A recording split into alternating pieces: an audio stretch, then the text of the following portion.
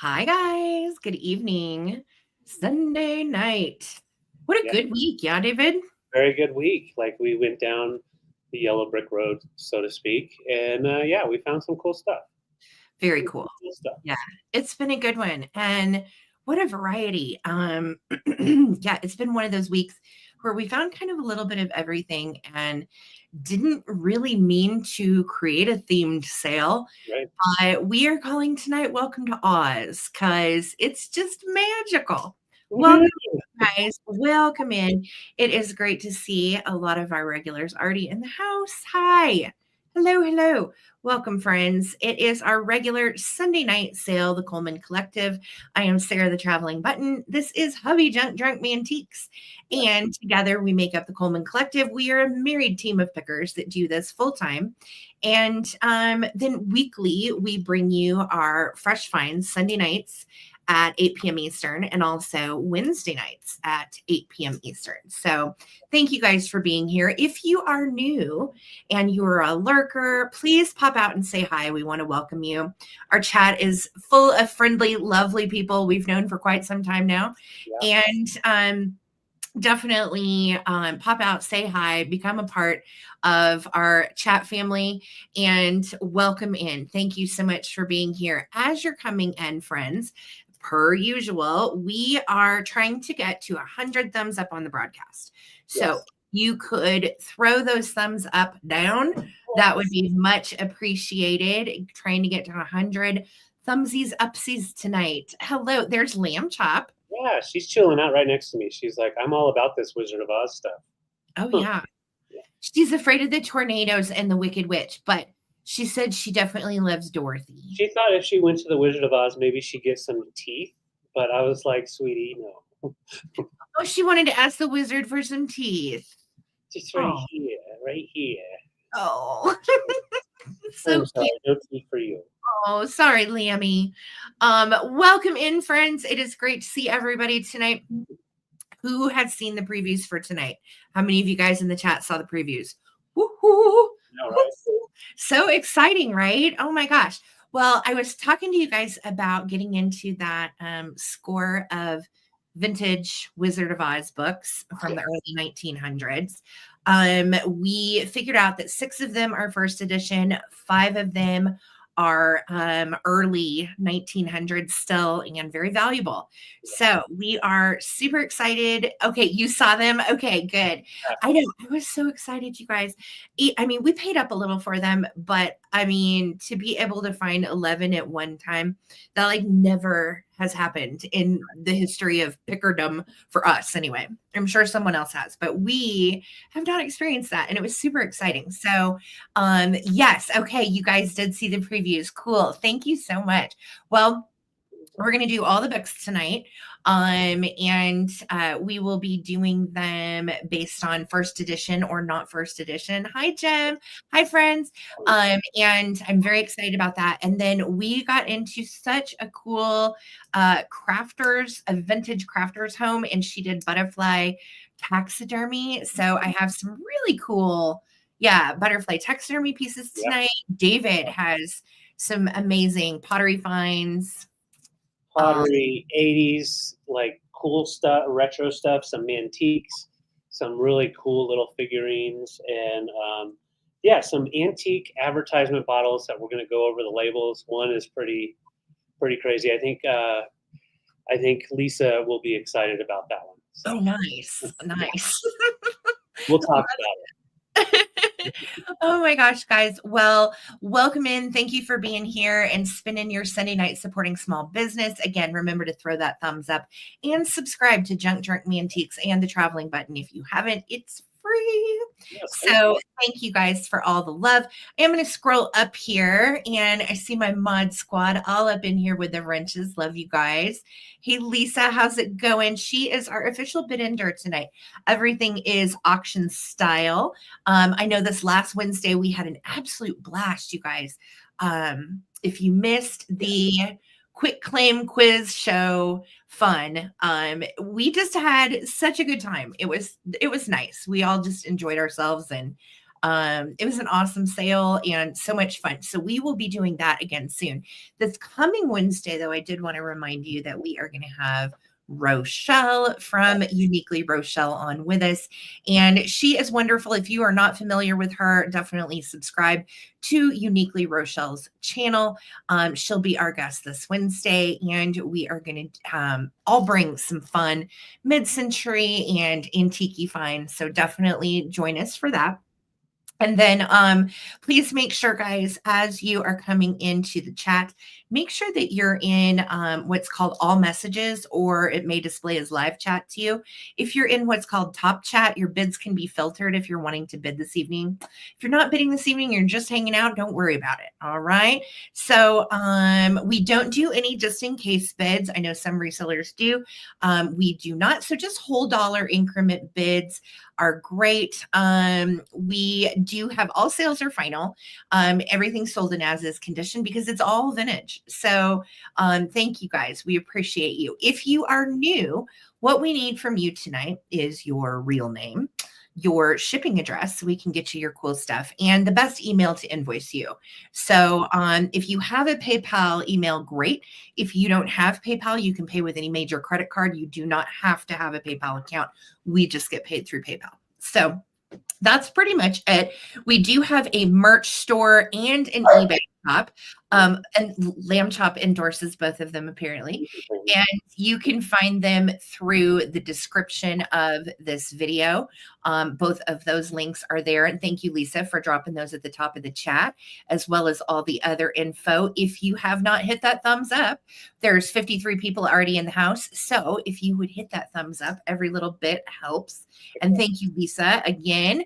Lisa with the wrench is our bid ender tonight. So that's who you're racing for the bid ends. We do have V in the house. Great to see you. And there is Gail and Steve in the chat. Yes, you were right up there, Gail.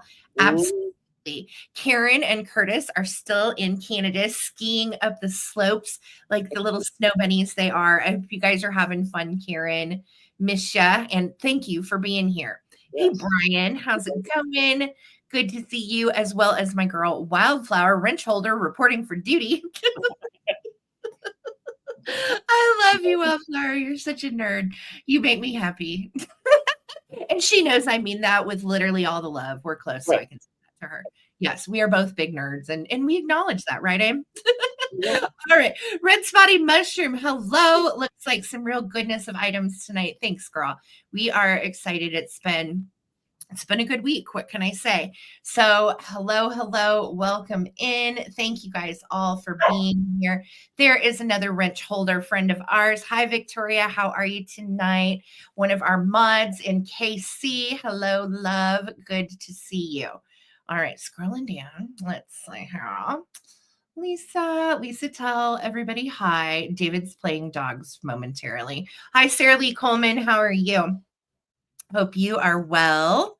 How's everybody's week been? Ours has been pretty non-eventful, which is always nice. We went to Denver, picked with a friend, found cool stuff, hit estate sales, did a private pick with her, and then headed home with goods. So yeah, so grateful to be able to have found fun stuff again. Our Vuvu, how are you, love? Good to see you from Florida.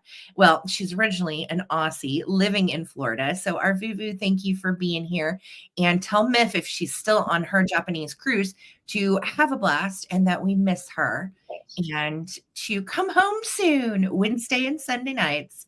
Kathy Plunkett is here. It's good to see you too, Kathy. Thank you so much for being here, along with Jeff. Hello, love. How you doing? Oh, it's so nice. Biscuits. Hi, Jeff. I love that. I just love that. Oh my goodness. Yes. Holly P, Regina Rainey. Welcome in, Friendy Pies. Holly Parker is the woman with the info if you have questions. Ask a wrench friend, and my sweet Phil Imp is here as well.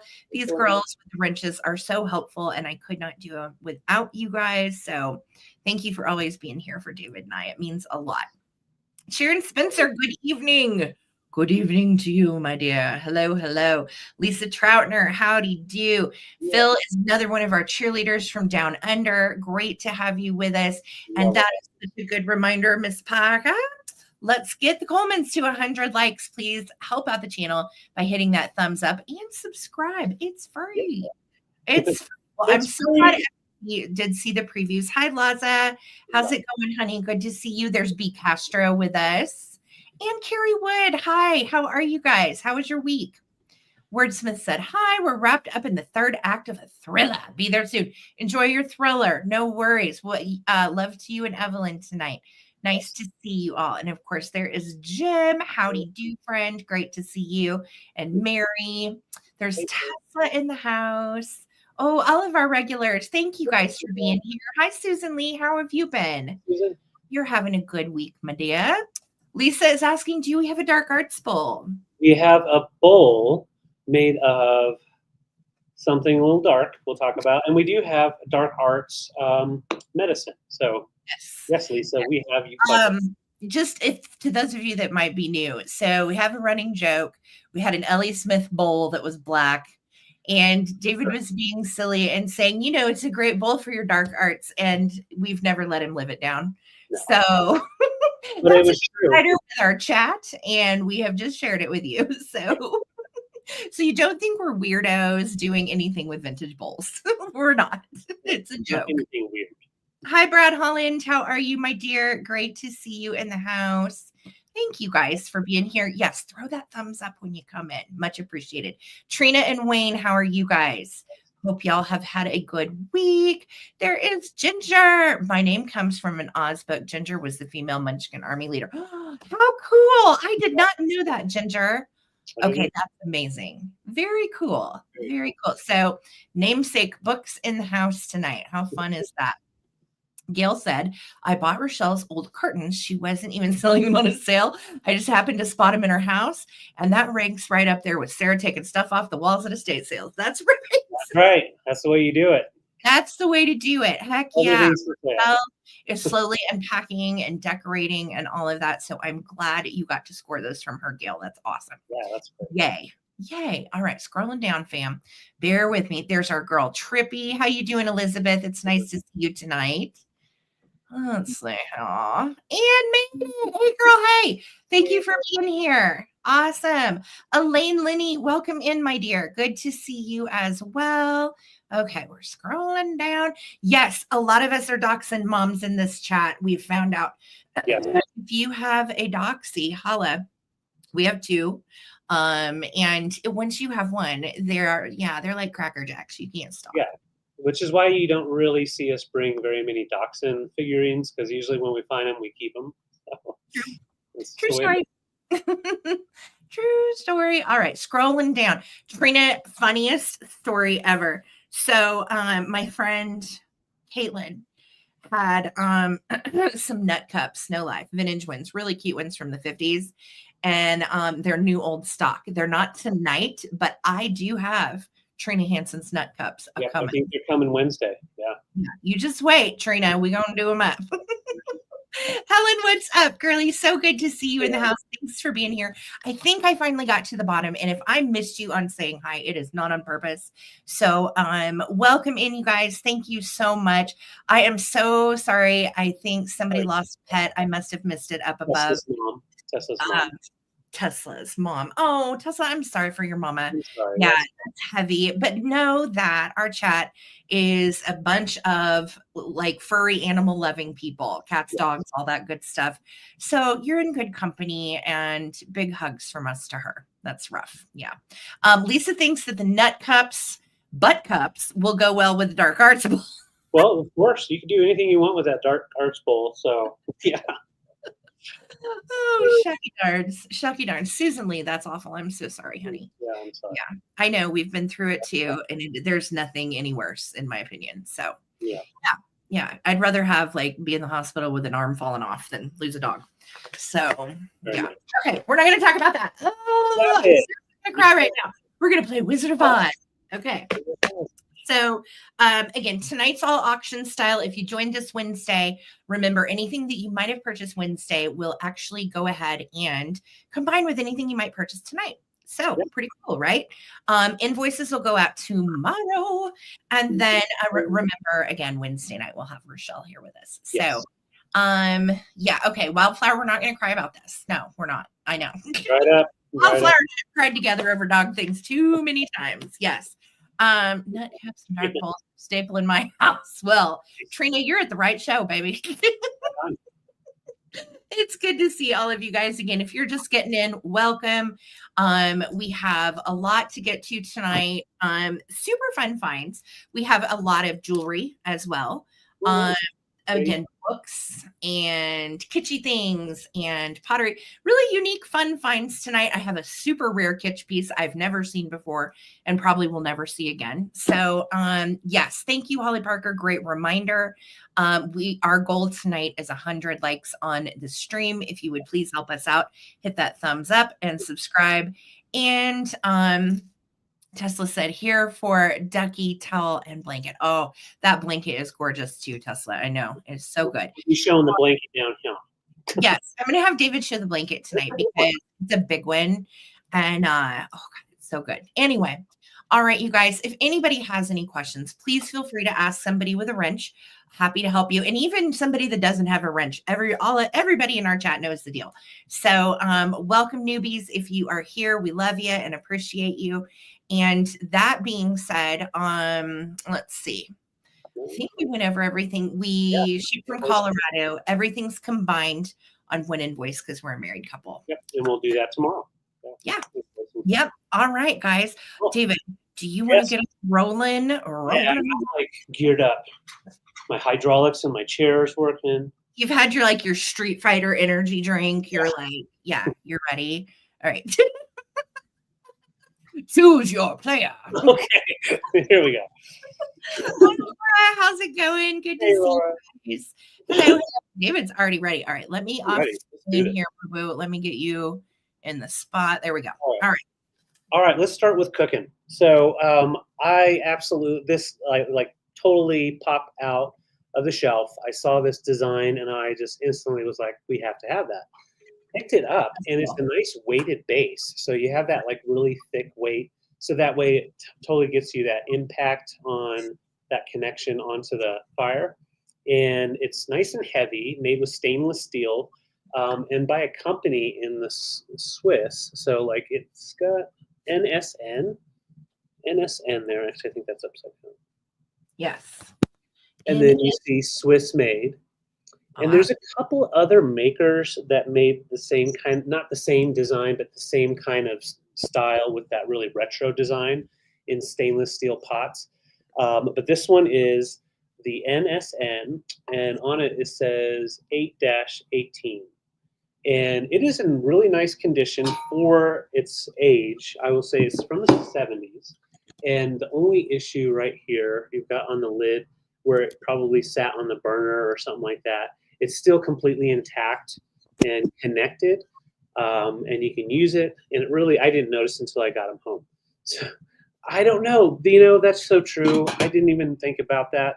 You could definitely boil your wieners in here. And I will say anytime you use a retro pan, the wiener water just tastes different. It just hits better. So, yeah, if you're wanting to have a nice big pot, yes. So you have the black and orange down here. And then, of course, the stainless steel. And then the top is more like a tomato red.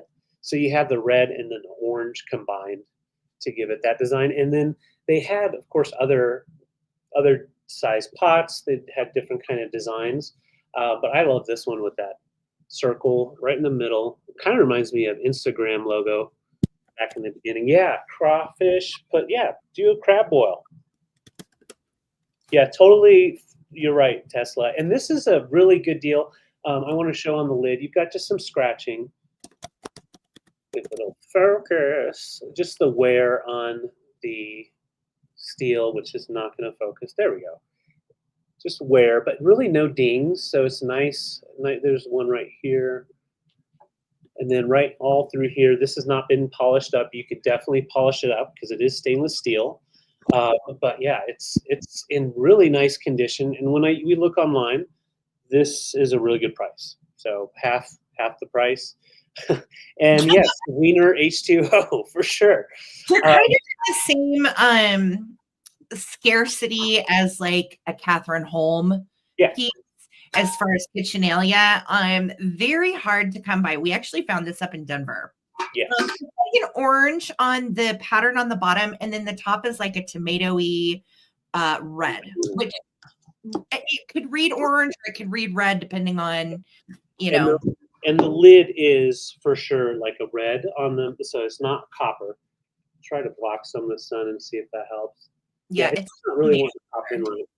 Yeah. But yeah, it is like a nice red with like an orange tint almost, but then this design down here is total orange. That'll give you, I'll put red right next to it.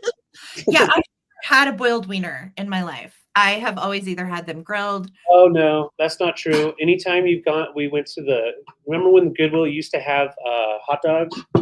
I never ate those. That was only you. Okay, well those were our Goodwill used to cook out wieners and they would give them to people while they were shopping, no lie. And David would always go fill up on wieners at Goodwill. Well, that's why I was like, okay, I can go thrifting. This is pretty cool. They feed you. And they pulled that in 2020, so whatever. But yeah, so great for boiling whatever you like to boil, potatoes, corn, all those things. I know.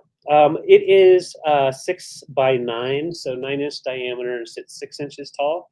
Great for a riser too, and I love the little flat handles. Very mod. Very mod. Let's set it down. Yes. And we'll count it down. And I just wanted to know, again, very thick bottom, so that gives a really good heat when you're cooking. Everybody loves a thick bottom. Yeah. Everybody likes a thick bottom. Here we go. Let's count them down. Thank you, Karen. We're at 28, looking for 29. It's Swiss made from the 70s. 15, 14, 13, 12, 11, 10, 9, 8, 7, 6, 5, 4, 3, 2, 1. Bid end. Let me stop. That's right, Tesla. They do make the rock and world go round. Yep. Not to kiss for those of us that are old. Yes, Wildflower No Light. So pre-pandemic, free wieners and cookies at Goodwill. Now, since the pandemic, they don't do it anymore. But pre-pandemic, man, they were handing out some snacks at Goodwill. Yeah, they wanted to bring you in. It was awesome. Yeah. All right, way to go, Karen. All yours for 28. Congrats, my Karen. That will look wonderful with all of your orangey goodies. Yes. Okay. So where should I start? I don't even know. I like everything I have tonight. Not that I ever bring anything I don't like, but like I feel like I would literally keep everything tonight. I just like it. I like it all so much. Oh, and I made us another Joy jewelry box as well. So I'm very excited about that. I will bring that later. You know what? Let's start with something totally different, but really starts off our little Oz theme for this evening. So this is really a neat piece. And I found this while I was in Denver with our friend that lives in the area. And she said, oh my gosh, it's an old flower press. And I had looked at it and I'm like, is that what that thing is? Right. Sure enough. So I'm going to start this at $22. This is such a neat piece. This is a flower press from the 1970s. You've got a little decoupage piece with some kiddos that are frolicking about in the wildflowers. Appropriate, right? So again, I had not seen this flower press ever before in my life. So you unscrew the little knobbies, and it makes dried flowers really nice and flat. That's the purpose. And this estate sale that we went to over the weekend was a crafter. Like I said, she did the butterfly taxidermy, and she also did a lot of dried floral arrangements and stuff.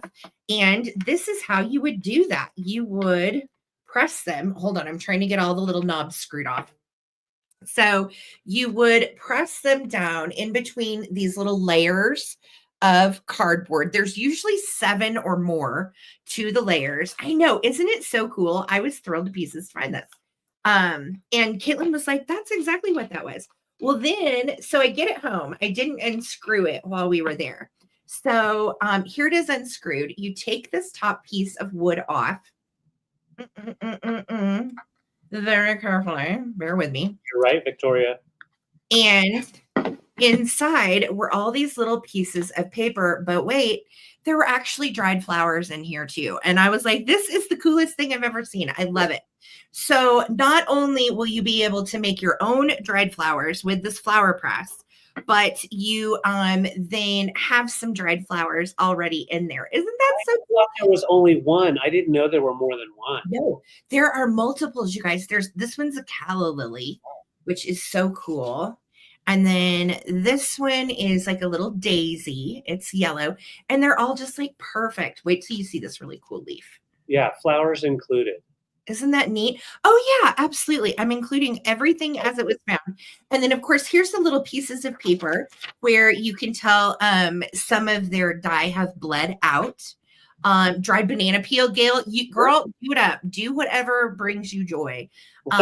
But yes, I know. Well, when we were young, if you wanted to dry a leaf or a 4-leaf clover or something, you would put it in a book, right? Which was good. Yeah, but what's nice about this is it's 7 by 7. So if you are wanting to flatten a butterfly, let's say you found one out and it was already passed away, you could certainly flatten a butterfly in this, as well as look at the little leaves. This is a purple little dried leaf of some sort. And then you can make your own butterfly collages and so on. So I think that was all of the flowers, but you have multiple layers of cardboard, and I'm going to put them all back in here really nicely. But you have multiple layers of cardboard, multiple layers of the little blotting paper. And remember, if you don't like these that have already been used, you certainly could cut your own too. So really cool find, right? I was like, this is so different. Yeah. And I love that this kind of fits our theme too, with all of the nature and flowers and pretties. Oh my goodness, this is so delicate. Oh, careful. I know. I'm just like, don't even really want to touch that. Okay. So anyhow, I'm going to start a countdown. Sorry. I know I probably palavered on about that way too long. That was fun to look at. But really cool find, right? I love it. So little 1970s flower press, super sweet with the flowers inside. Let's count it down. We are at 24 with Lynn. Thank you guys for the bids. Here we go. 15, 14, 13, 12, 11, 10, 9, 8, 7, 6, 5, 4, 3, 2, 1 bid in. And you can screw these down really, really, really tightly, or you can kind of leave them loose, just depending on how long you want to press your stuff. So Anne and Lynn, I see your bids, friends. Thank you guys so much. There's our bid in. And there's my bid in. Thank you, Lisa Gurley. So Lynn is going to take it at 30. Congratulations, Lynn. And Anne, thank you so much for your bids too. Appreciate you guys. All right, so let's go over to Mantiques. I love going through the garage at all these estate sales. Most of the time, they're like flooded with people, and it's hard to really even get into it. This one that we went to was awesome because I don't think many people knew that the garage, even how to get to the garage. Love this planer. It's huge. It is, let's see, a 14-inch long planer. And I've brought some before, usually about half this size, that usually value between 30 to 50. So this one, the larger size with multiple movements, it's a nice, valuable piece by Stanley. I'd say about the 30s. It's the model number 5 and the Krebs. So we've got the marking on this side as well. And then Stanley would be, Stanley is up here somewhere. There we go. Stanley is marked right here. And then the Bailey is the design. So it's the Stanley Bailey number 5 with the original wood handle, knob handle. And then this handle here looks like a piece of the wood probably got popped off at one point. However, it wasn't needed for the piece. So this is the piece that you would use to swivel your planer. And then you've got your blade that would pop through here. And it does still have its blade. I don't want to cut myself. And so you would just plane the wood. And if you needed to adjust to get a little bit of a curve, that's where you would take this knob and move it. I'll try to show how it moves back and forth. So it's a really cool piece, usable with all of its parts, but it's also historical in a primitive nature. I've seen people take these and use them as shelves because you do have a nice space here, hang it upside down. And if you wanted to clean it up, you can take some of this paint off. I like to keep the wear that was on there from, when they were working, but it'll definitely clean up if you wanted to. So Cool piece. yeah, thank you. Thank you, Perry, for your bid. And love bringing Mantiques here. And there's just so many different things you can do with these. But Ooh. I mean, you honestly could do some woodworking. So, or you can even, peel some Lemmy. So let's go ahead and start our countdown. Thank you, Perry. 15, 14, 13, 12, 11, 10, 9, 8, 7, 6, 5, 4, 3, 2, 1. Bid end. Pop that guy up if you want to replace the blade. Pop it back down. Love it. Yeah. That's a neat piece. It is. Yeah. Trina said that's what my husband said. Yeah. Bid end. Awesome. Well, there's our bid end. Thank you, Perry. Coming to you for 32. Congratulations. That's exciting. Okay. I don't know where to start, you guys. Everything's fun. What do I do? You know what? I'm going to do this jewelry box. It's so cool. And I put the little whisker flicker thing down so it would fit in my shoe. Whisker flicker. You know what I mean. The whisker flicker. Whisker flicker, absolutely. The needle bobber. Okay, so those of you that have followed me for a bit, remember around Christmas time, I had made some instant jewelry boxes of fun. So I was able to find this magnificent jewelry box, and it is so stinking cute. First of all, this was from an estate sale over the weekend, and I saw this girl and I was like, well, why is her back to me? And then I realized, oh, duh, she's got a little mirror right here that she spins in front of. So what is just so wonderful is this all closes down. Hold on, let me get my little bunny out of the way. We don't want to squish little bunny foo-foo. Mm-hmm. Lay down, bunny. Lay down. All right, so it looks just plain from the outside, right? And what is your starting price? Starting price on everything inside is $50 with the jewelry box. So it is made by Thorns. It is made in Switzerland, and it does date to 50s, 60s. I don't have a key for it, but it does actually work, and it is marked right here as well. And I can't remember. I've sold this brand before. But that is the marking that is on the back. And then, of course, the bottom does have velvet. And then when you open it up, it swings out the little arms. That's cool.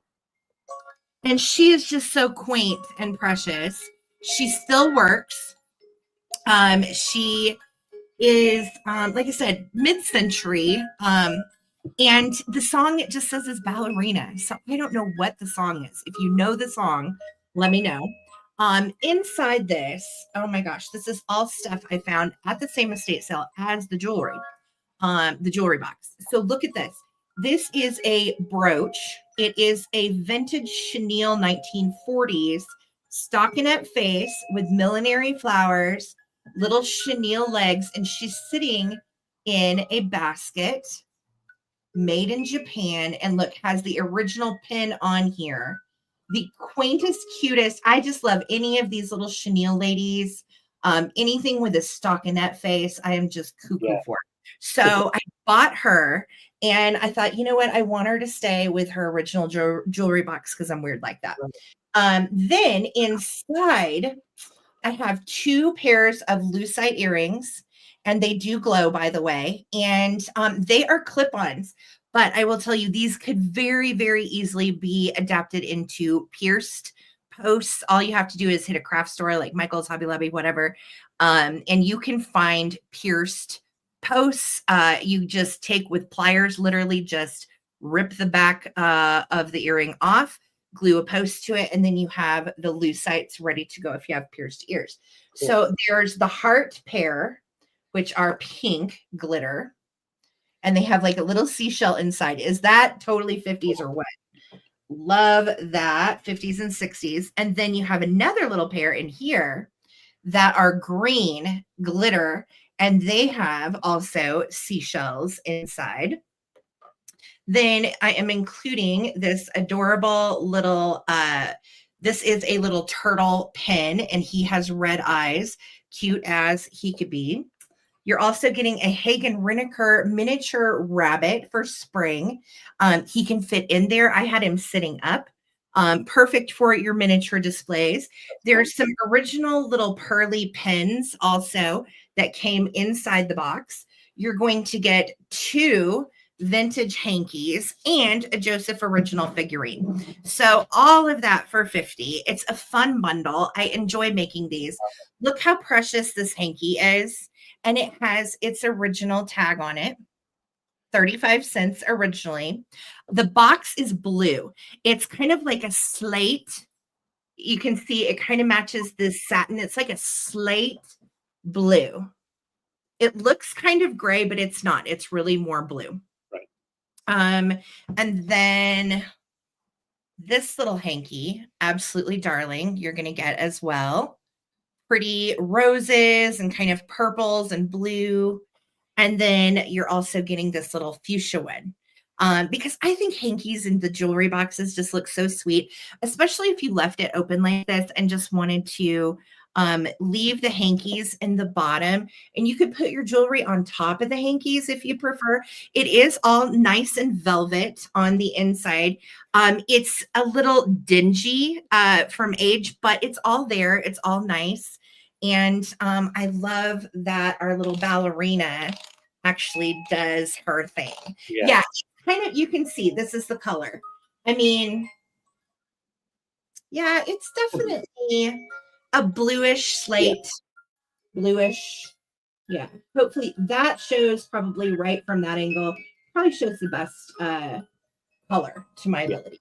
So again, you're going to get all of the little funsies, and let me show you the Joseph girl you're going to get.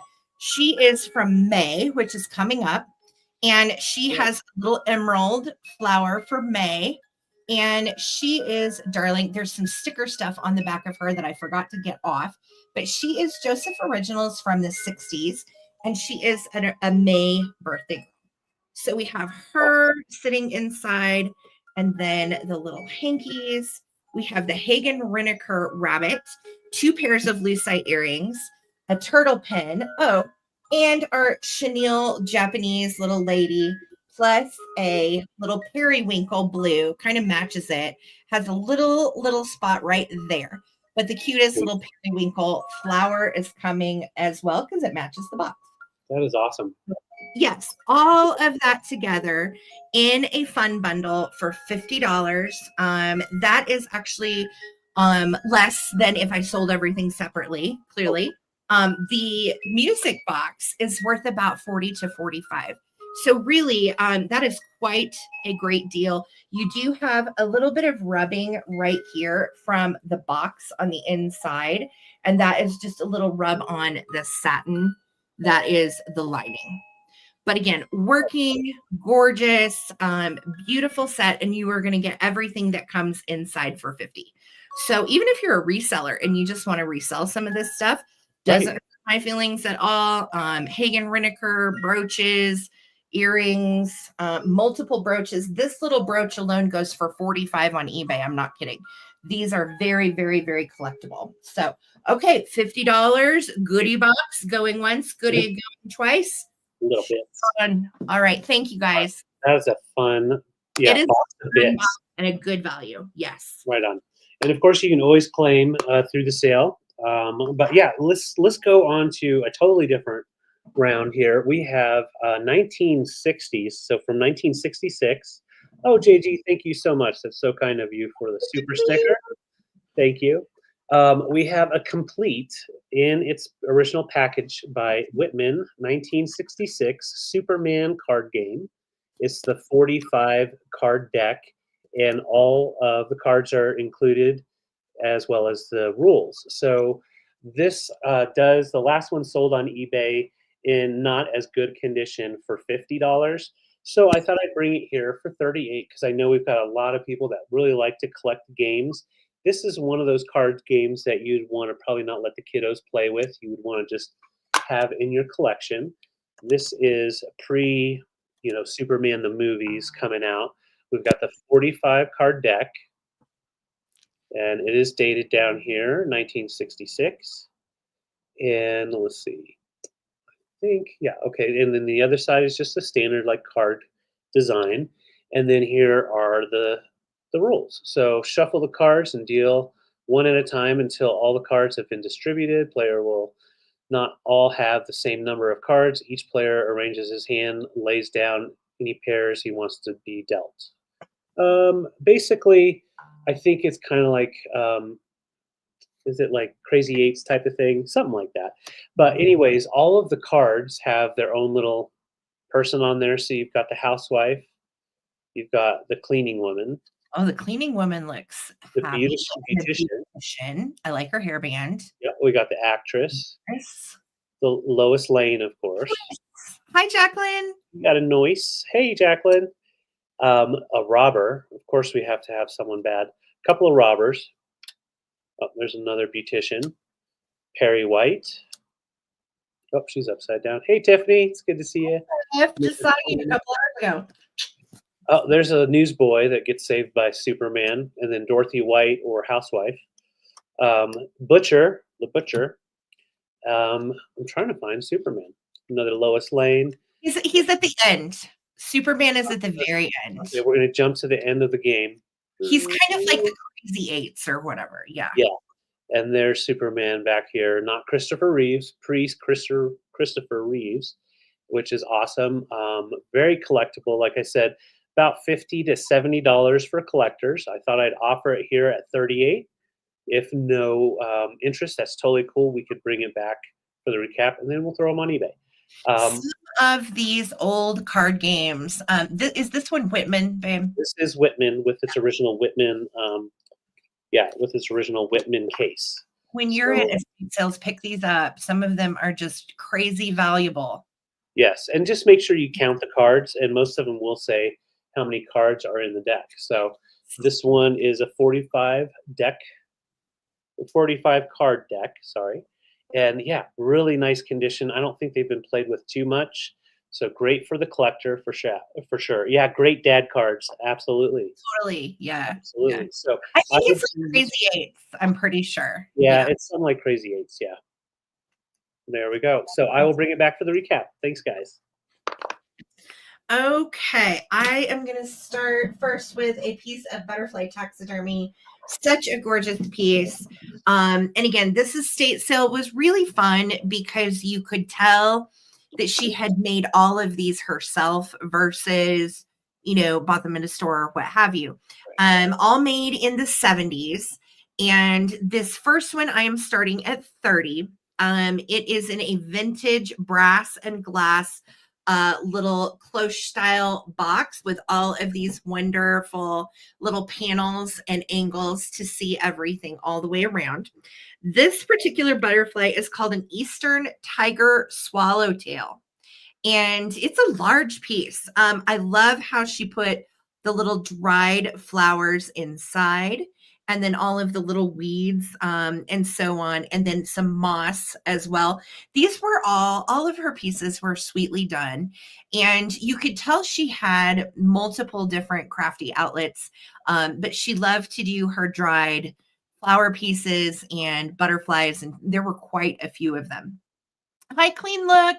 She's in the hospital deteriorating SMA. Oh, our love, Mike. Huge hugs to you and Simone.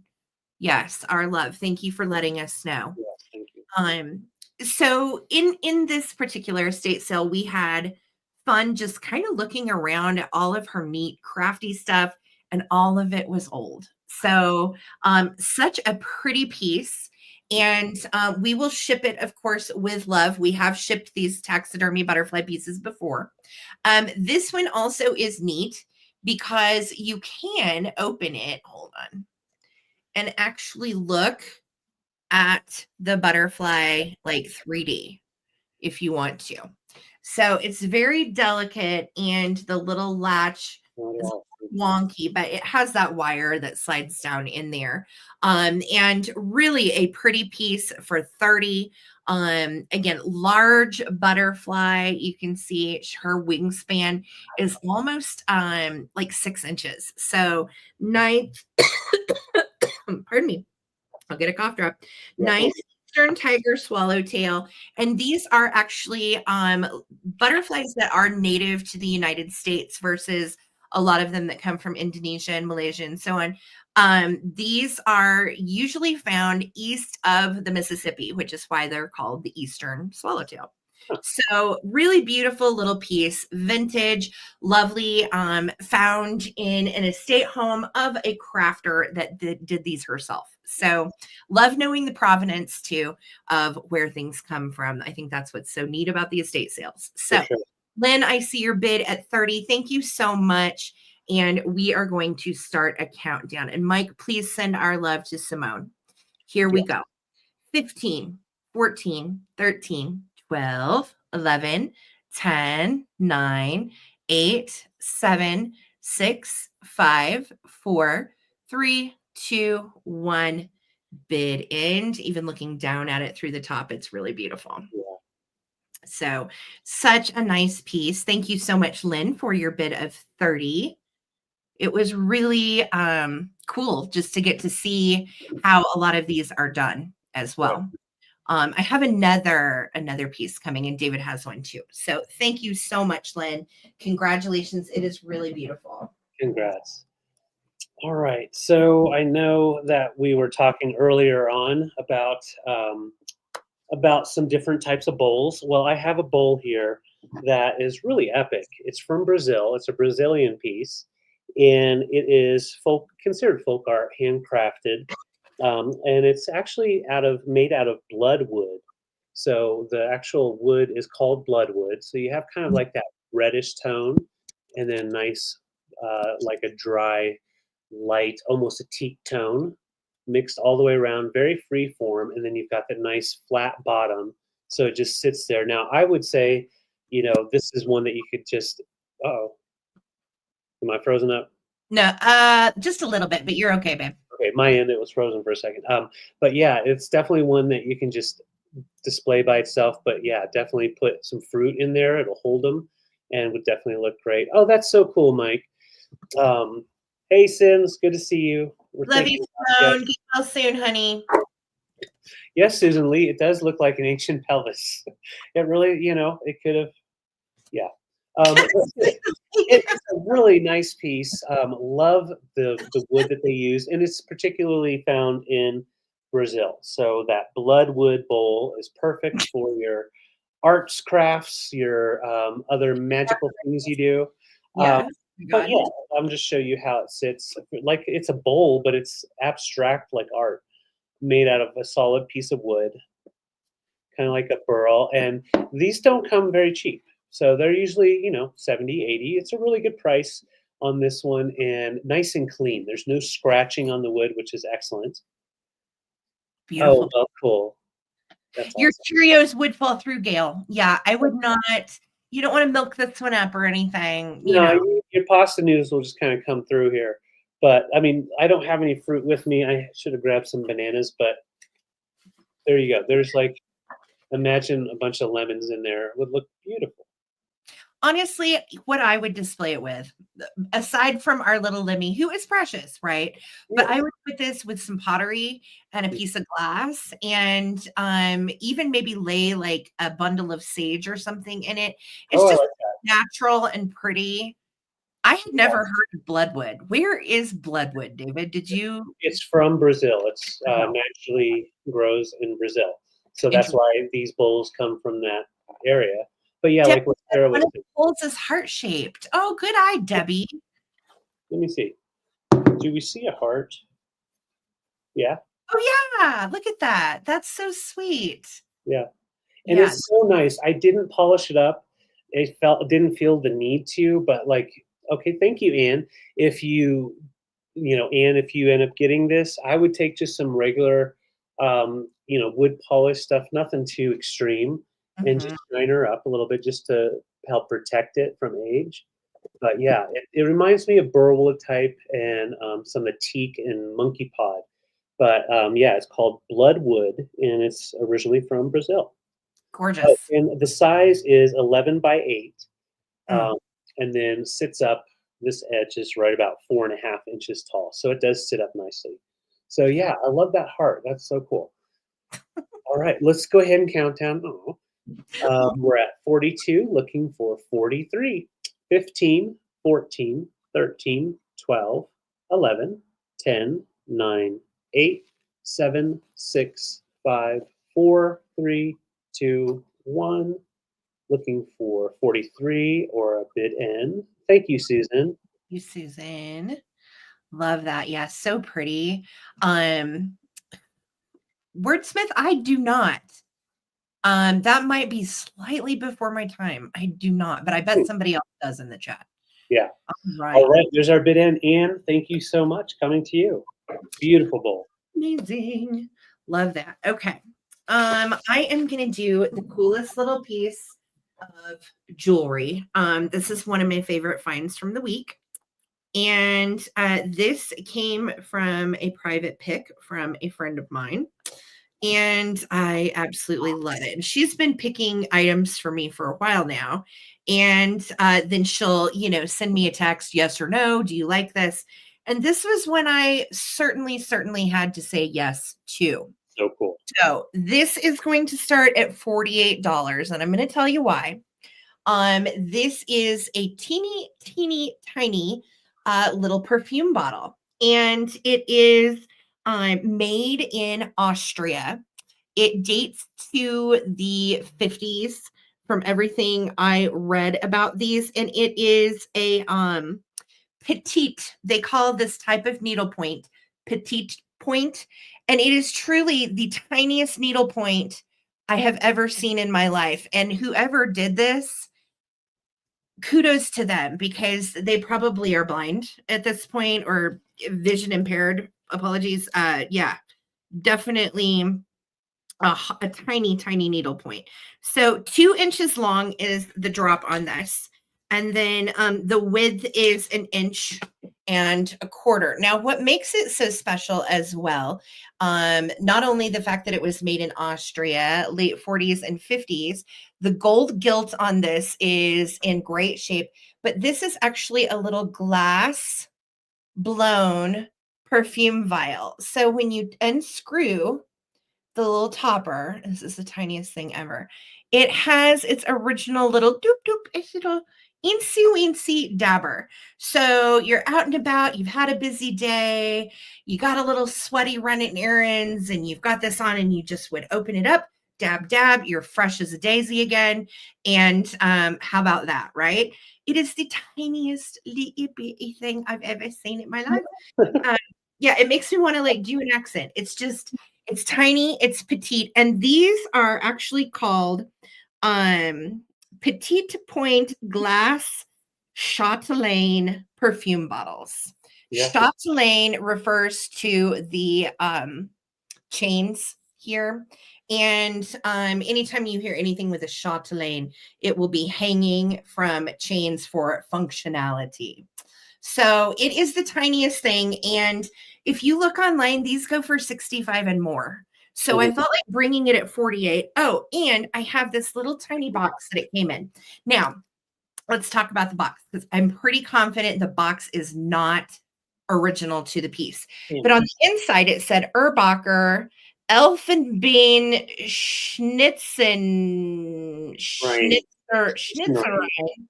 FG Schneider, Erbach, Odenwald. So, of course, me being the curious little weirdo that I am, decided to try to translate all of that. Susan Lee, the smell, yes.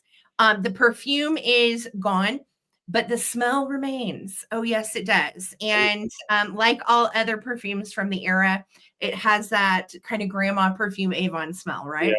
But you could put what I would put in this too if you wanted to use it is essential oils, and then you have a little dabby beautiful little pendant. What was I going to say? Oh, there was something else I was going to tell you about it. The box.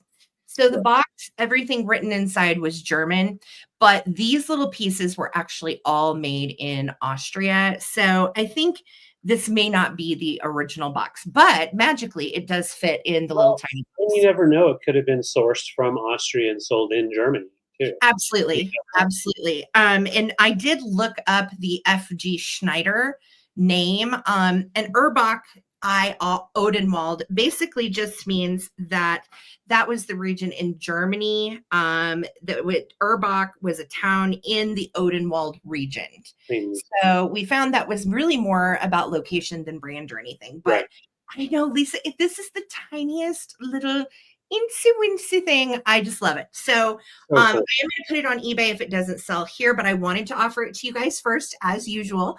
So $48. It is absolutely a wonderful little Austrian gold gilt brooch with a blown glass little stopper inside, and it lays really nicely too when you actually pin it on something. So I'm going to put it back in the box, going once, going twice. All right, we will come back for the recap. Yes, these go for a lot more than what I'm asking elsewhere. So thank you for your consideration. It will come back for the recap. That's epic. I love little itty bitty teeny things. I know, it is the tiniest little booger. All right, so we're going into the 80s now, and this is a really beautiful phone. I know Sarah had this as in the 80s, and I know a couple other people that have said that they have it. What's really funny is, okay, this is from 1987. It's the Unisonic 6900 model. It does work. You just need to put it in the phone jack thing here and put it in the wall or an extended line, because most people would take that nice long line and just walk around the phone with it on the phone. But this has actually become very popular with the younger kids because of something called the Babysitters Club on Netflix. Oh, yes. Yeah, and so they even all of their ads and stuff, they've got this exact type of phone sitting in all the pictures. So it is really making its comeback with the young generation now. But yeah, Karen said it right. It's a bitchin' phone. It's cool. It's got that really cool retro style. And the plastic, that casing is actually in really nice condition. There's only one issue, and I wouldn't really call it an issue. You've got that crack right here. Someone probably, good day, and slammed it down, cracked it. Right. However, it still works, and it's in great condition. No scratching, no discoloration. Even the numbers, nothing has been written on there, so you can take that piece off and write phone numbers on there. But yeah, you've got all the colors: orange, reds, blues, teal, all those 80s, 90s colors. And there's the sound of the bell when it rings. And when it rings, that bell is very, very loud. So I can tell you, here's what's funny, because I owned this phone. It retailed at the time for $19.99, which was a lot in 1987. I had the little telephone guide on mine written on that little thing in the middle where you write people's numbers. Yeah. Oh my God. That is literally the exact one that I had. I had a Garfield phone prior to this one. I broke the Garfield phone and then got this one. And then I think this one pooped out on me, and I ended up getting a Swatch phone. Oh, well, it was so awesome. And this goes so good with like Swatch type of stuff, anything early 90s. Oh my God. Swatch phones too, for those of us that were around back then. Oh my Lord, to have a Swatch phone was the coolest. And they had a double receiver. So if your friend came over and you wanted to talk to boys, one would get one receiver and one would get the other, and you could both listen in. It was fabulous. Okay, that's really cool. Really myself here. Yeah, well, and this is making me think of Garfield. I see lasagna in the comments. I'm like, yeah. But yeah, and it was so awesome to just pick up the phone and be like, one hand you can boop boop boop boop boop rather than having to do the phone. But yeah, I just love all those colors, the purples, everything in there. Thank you, Lynn. I see your bid. Let's count it down. And yeah, this is just a fantastic piece. I agree, Diane. Hang it on the wall or keep it like on the table. Right. Hey, Maritza, it's good to see you. Maritza, how's it going? We're going to start counting down. Lynn's at 52, and this is the original colorful cord that came with it. So you have all the different colors in there. So let's count it down. 15, 14, 13, 12, 11, 10, 9, 8, 7, 6, 5, 4, 3, 2, 1. Bid end. Oh, cool. Hey, Beth. Welcome in, loves. Hey, How's 110 it going? people in the house, friends. We are trying to get to 100 thumbs up on the broadcast. So if you guys could quickly throw a thumbs up, that would be wonderful. Yes, Thank that would you, be thank you. wonderful. And thank you, Lynn, coming to your house. Thank you so much. Congrats. What a cool piece. Yeah, Yeah. it was really a blast from the past to get to see that phone. It was. So wild. All right, you guys. So I have another rare piece. It's kind of one of those nights. I have a lot of rarities this week. Yeah. And this, oh my gosh. So I scored this from a friend of mine up in Denver that is a Kitsch lover as well. And I'm going to tell you right now, I did pay up for this piece because it's so rare. I've never seen it before and will probably never see it again. So I am actually starting this one at 60. And the reason why is, you guys remember the storybooks back in the like 20s through 40s, and they were called water babies, and they had the little water nymphs. Well, that's what this is based upon. So this is a Royal Elegance piece made in Japan, and Royal Elegance is actually known for their very fine gold 24 karat gold plated plates with cherubs on them. Well, apparently somebody decided that they needed something to capitalize on the water babies. So we have these water nymphs, and this is such a crazy rare piece. You will not see this anywhere else on the internet. You also cannot find it anywhere else currently. It's just not out there. That's how totally rare it is. Thank goodness we would have the original sticker. Otherwise, I would have had a very hard time identifying this because I could not find it anywhere. So when you look from above, they are both doing the backstroke in the pond. And then look at the ripple. You have some really crudely drawn, which again lends to the kitschiness of how fabulous this is. Crudely drawn little lily pads and lotus flowers. And then my guy right here is like doing the backstroke. So stinking cute. He's kind of laying down, and you can see he's got his little leg kicked back. Okay, there is crazing. There are no actual cracks or chips on this piece at all, but there is heavy crazing from age. That right there is a little crack that happened in firing, and it's under the glaze. Has nothing to do with what's happened to the piece. That happened in the firing. You've got this guy's eyebrows, which are crazy, so cute.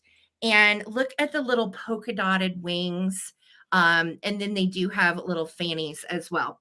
So again, this is based on the water nymphs, water babies from the era, the early 1800s. I'm sorry, the early 1900s, and then made into a very kitschy piece in the 50s. So a hard to find kitsch piece.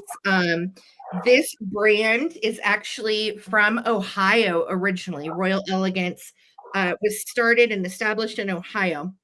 And the neat story about that is a woman named Beatrice Miller started it with two men, and she was single, and that was very taboo for the time in 1938. So she again specialized mainly in a lot of white pieces with gold. This is the only kitschy piece of Royal Elegance I can find.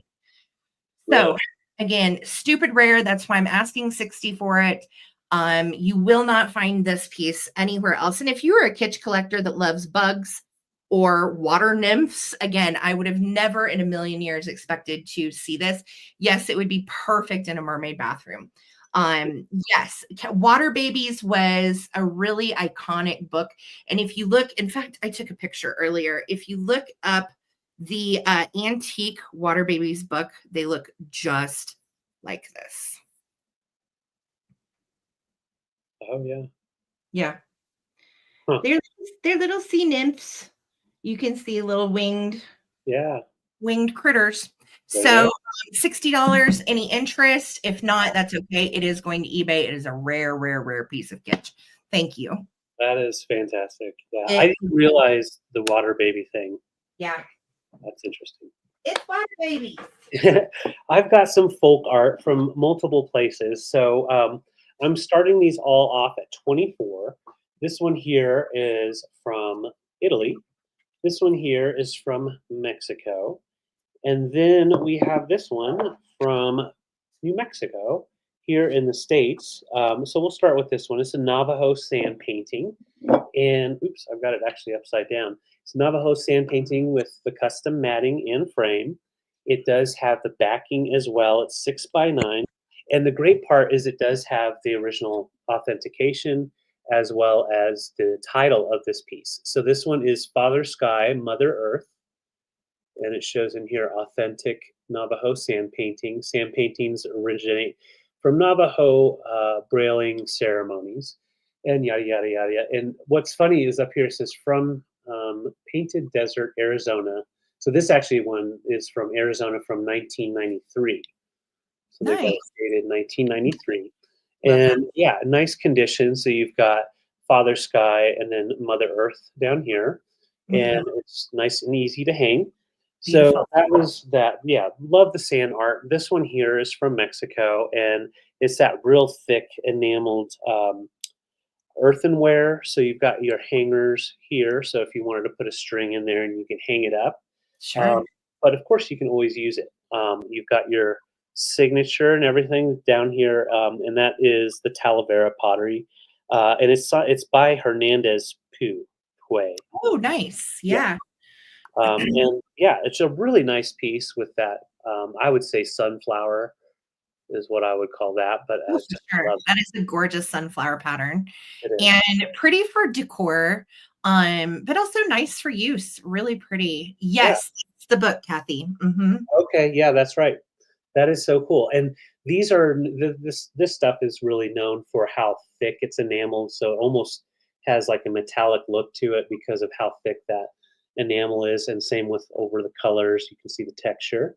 And you could definitely use it as a display bowl. Definitely, I wouldn't use it as a server of any sort.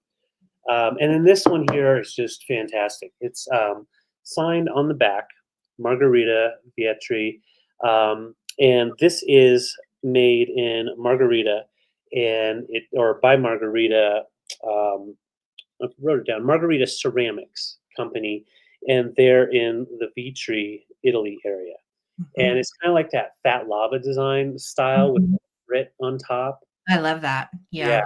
and I love the colors and the geometric shapes with a little bit of floral type of design So, in the middle. And yeah. it's a great one to hang. You've got the hanger already on there, a little Nice. mill hanger. Just put it on the nail, and there you go. Love the colors. Nice. Yeah, I Yeah, really like that. yeah. Phil says Decamano means made by hand. Thank you, Phil. Thank you very much. I know it's a really pretty. We thought that like it almost gave a mandala. Yeah, Uh, and then we put them together, and I'm like, the Mexican pottery and the Italian pottery actually is beautiful together. yeah. I thought they looked really nice together. Yeah. Thank you so much, guys, for working the thumbs up, Mod Squad and fam in the chat. Throw those thumbs up. It's free. Yes, And it every is. emoji and comment you throw down helps us too. So thank you. So yes, these are the two choices as far as the ceramic pottery pieces, and then of course we have a wall hanging with the nice traditional sand painting with Father. Oh, sorry, upside down again. Father Sky and Mother Earth. So thank you, Victoria. I see your bid. Let's count these guys down. I'll try to we'll just do it like this. 15, 14. Once again, this is from Italy. Gorgeous. 13, 12, 11 from Mexico. 10, 9, 8, 7, 6, 5, 4, 3, 2, 1. Looking for our bid end or 25. Thank you guys so much. Yes. Talavera, Tesla. Yes. Yep. Talavera pottery. Talavera pottery. Famous Mexican pottery and gorgeous. Yes. Thank you, Victoria. Let me know if you want the Talavera pottery, the Mexican pottery. Okay, Victoria, ask you for the same art. Thank you. I love that. We'll bring these others back for the recap. Thanks. Okay, fantastic. Should we go ahead and do some Ozbucks? I have two different lots. I have a first edition choice. And then I have the early 1900s choice. So we'll start with the ones that are a little less. And then we'll go on to the first edition. So let's start here. I'm going to start these at $39 for choice. I did pay up for these books. I have, and I'll just tell you what I paid for them. I paid $30 for the first editions each, and I paid $20 each for the for these. So let's start here with the Gnome King of Oz. So this one dates to 1927. It is not a first edition. The first editions will have color plates that are usually adjacent to the inner plate. So they would be like right here. That is usually how you can tell you have a first edition, and you'll know it by seeing the color plate. Like you will literally know it. These are still in excellent condition. 1927, just 98 years old, no big deal. And they are wonderful. No tears, no issues. They do still have all of the black and white line drawings as well and illustrations. And they are absolutely fantastic. So this first one, the Gnome King of Oz, is from 1927. And it's actually by Ruth Plumley Thompson. And she took and adapted the L. Frank Baum story. So these are iconic. They go up there. The prices are crazy on these. And I'm offering them at $39, which if you look elsewhere, that is very reasonable compared to what you would pay on eBay or Etsy or elsewhere. So first choice is the Gnome King of Oz from 1927. Next choice is The Lost King of Oz by Ruth Plumley Thompson, founded and continuing on the famous Oz stories by L. Frank Baum, and illustrated by Eno R.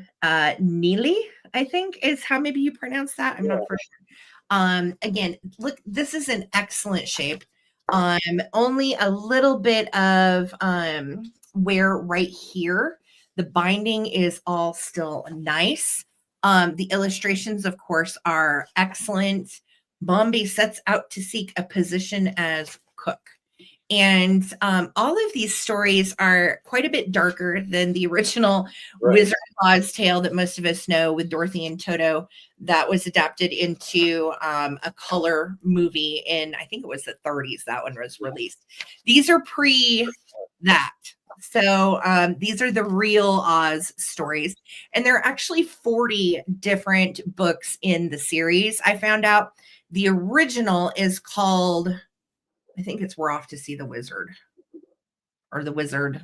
It maybe just be the Wizard of Oz. I can't remember, but that original one goes for like, oh my gosh, if you find a first edition Wizard of Oz, they're like 600 and over. Yeah. So these books are expensive elsewhere. Get them here for $39 each. The Lost King of Oz is from 1925. And again, beautiful on the inside, great book. You can see you do still have the illustrations as well.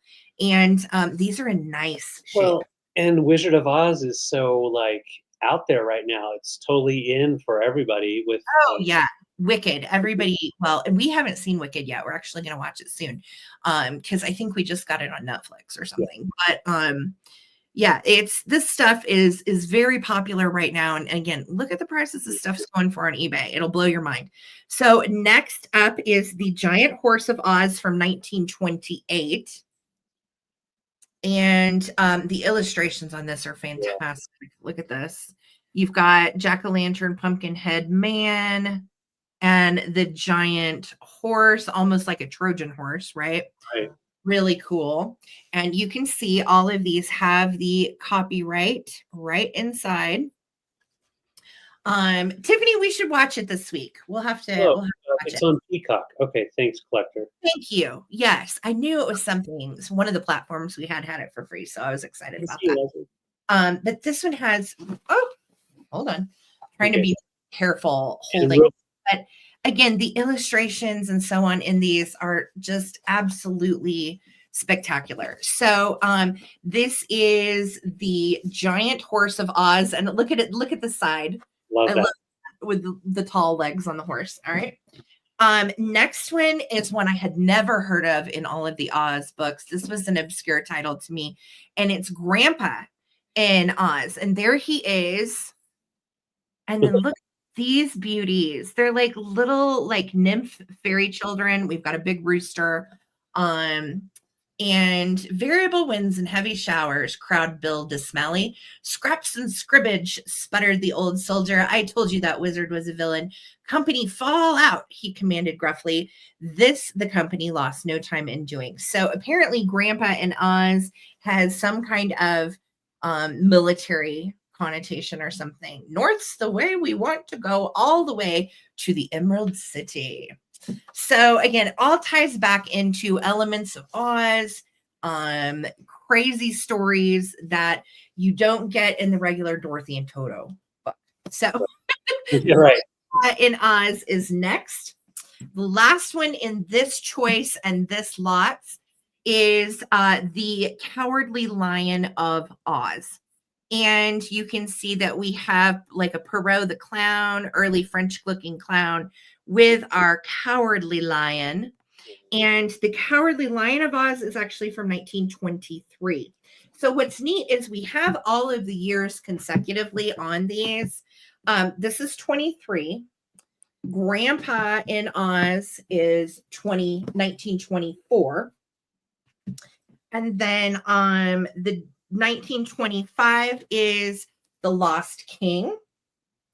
I don't have 1926 in here. We skip on to 1927 for The Gnome King. And then 1928. This is the newest one out of all of them, 1928, which is not real new. Yeah. So I'm going to start a countdown. I see. So we have Victoria Emery is the first 39 in. After that is Gina, and then we have Aaron. So if you want to put in something over 39, if you want to get in front of Victoria. Yes. All right. So I'm going to start a countdown, you guys. Let's, yes, if somebody wants to break that tie at 40, there's Kathy. Thank you so much, Kathy. All right. So I'm starting a countdown, guys. Here we go. Grab these books at a good price, and they're all in nice condition. No torn pages. No issues on these. So here we go. 15, 14, 13, 12, 11, 10, 9, 8, 7, 6, 5, 4, 3, 2, 1. Looking for a bid in or 41 or more. Thank you guys so much for the bids. Yes. Epic collection on these. Jim is in at 42.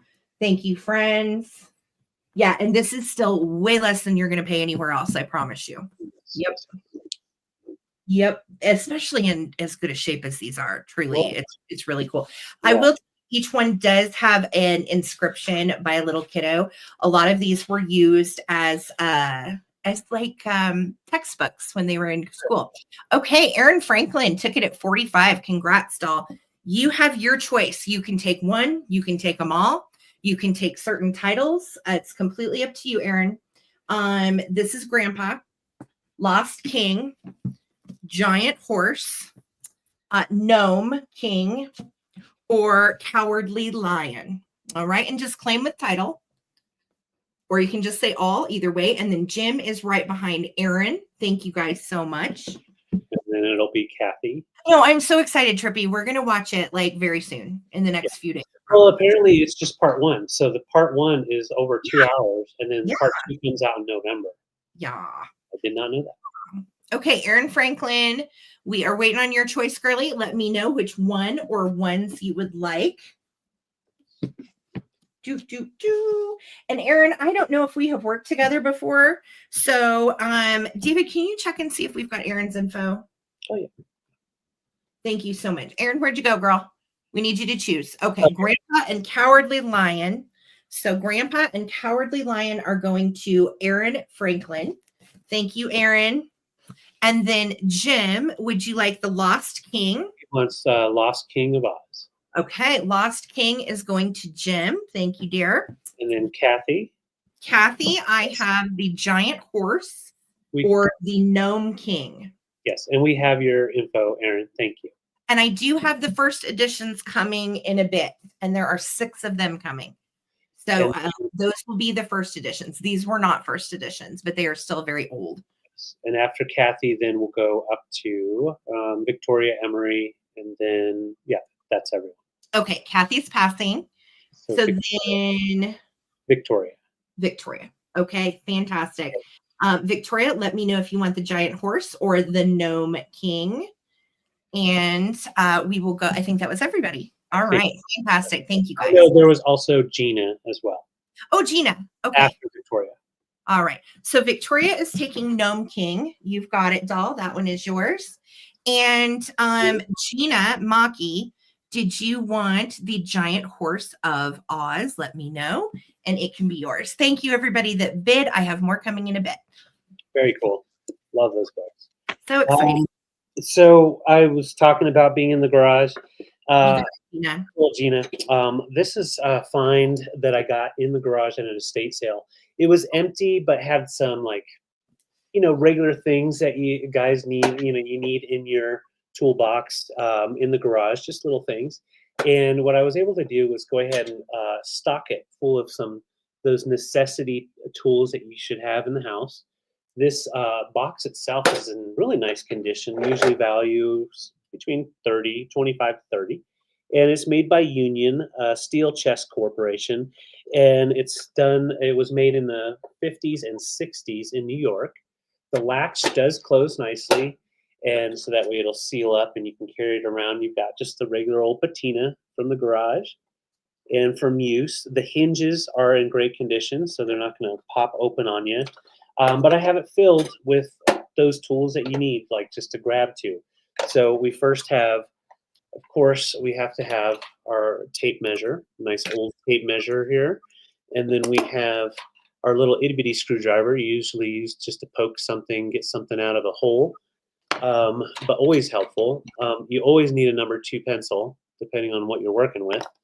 A paint lid opener, a clock key, because he doesn't need one of those. And then looks like, some coin from, I think, England, Australia. So an Australian coin in there, because Grandpa forgot. And then we've got a bunch of different miscellaneous screws and stuff. And then, of course, we've got his matches. You always have to have the matches and some razor blades in here, because that's helpful when you're cleaning off the windows and all that stuff. And, of course, the much needed Allen wrench that's used on pretty much everything that needs an Allen wrench. You always need an Allen wrench for something. Right. Thanks, Lynn. I see your bid. So I'm going to put all those up there. And this is like that one that Grandpa always had with the little holder, so you just put it in your pocket. Yeah. Got to get to that. So let's put that all back in here. And then in the bottom half, there were actually a couple of things in here. We've got a fun little horse card. Don't know why, but Grandpa was all about it. Now, Grandpa had another card in here, legs up, and it's got like writing on the back, something. I can't see what it says. Okay. Have no idea. And then just some little papers in here with some camera stuff. And then we've got a nice splitter for your outlet. Handy. Always handy. Here's our window cleaner, glass cleaner with the razor blade in there. You just slide in there. And now I'm going to just take out all the tools. So we've got a nice wrench, just like our team here. And then we've got a little itty bitty Phillips. And then we've got our orange pliers, much needed. Those are a little bit newer, I think. And then we've got our orange box cutter, because anytime you need to open up a package from us, that'll help you. And then this was always in my dad's and my grandpa's toolbox. I don't know what that's for. I think it's either a glass cutter or copper pipe cutter, if anybody remembers. Oh, okay. But it's something having to do with that, home repair. And then a wonderful hammer for hanging up all those vintage pieces. And then art pieces we've taken off the walls at estate sales. Yep. Okay, glass cutter. Thank you guys. Thank you, And then Victoria. we've got our little pliers here, adjustable. And then, okay, so we've got the larger wrench, so that way if your pipes are broken, you can cut them off. It's very handy. And then you've got a couple of brushes. I don't think they were used for paint, more for dusting off pieces. So, thanks for that. And then just a couple of drill bits, because you can't have a toolbox without a couple of drill bits. Victoria said her dad was a glazer. Yeah, very cool. Okay, Yep. that's cool. Thank you. I always wondered, because my dad always had them, and I was like, well, I got to put this in there. Kathy's dad always had a pencil behind his ear when he worked. I love that. My grandfather did too, Kathy. That's And awesome. remember the carpenter pencils that were flat? The flat ones. Yeah, my dad always had that, and he would just pull out his pocket knife and Twiddle it. He also had wax pencils that he would use for sign painting. Yeah. Very cool. So, and that is why you want that little matches in there. Sometimes you need to heat up the wax pencil. So let's put it all back in here. It's all coming together. All the tools work, and they're older, so they're not like going to fall apart on you. Nice pieces that you can use, and it stows away nice and easily. It's only like 11 inches long, and everything fits in there. So let's cool. count it down. Thank you so much, Lynn. I see your bid. And yes. Sounds like I go to the junk drawer to look for the pliers and the wires and the paper clips and Yeah. Awesome. Let's count it down. Thank you, Lynn. If anybody wants to get in, we will start our countdown. And if anybody, let me know if you guys like this, if it's something that you guys will want more of, I can always find some more. So let's count it down. 15, 14, 13, 12, 11, 10, 9, 8, 7, 6, 5, 4, 3, 2, 1. Bid end. Looking for 33 or our bid end. Thank you. That's a fun little bundle. Yeah. I love it. Love all the tools. Instant toolbox. Yeah. Thanks, Karen. Thank you, Karen. Thank you, Lynn, so much. It's all coming to you for 32. Appreciate it. Awesome. Okay, David, it's time to do the blanket. Come on. Seriously? Yes. Mm-hmm. Do it. What's up, goats? Good to see you. Welcome in. What? So let's do the blanket. Okay, let me write this down real quick. Okay. David is going to tell you about it, and I'm going to talk about it, and I'm going to actually put him up here. Let me put you up here, boo boo. Okay. Oh man, my hair's getting all staticky. It is so cool. So this blanket is much older than I actually thought it was when we snagged it. So you can see it says pure Ayers wool, and it's a Canadian product. This actually dates to the late 40s. Ayers started in 45, and they started producing wool, 100% woolen blankets in Canada, and they were basing their patterns and how they were making them off of a lot of Native American or Native Canadian designs, actually. And this particular blanket is in the most wonderful baby pink.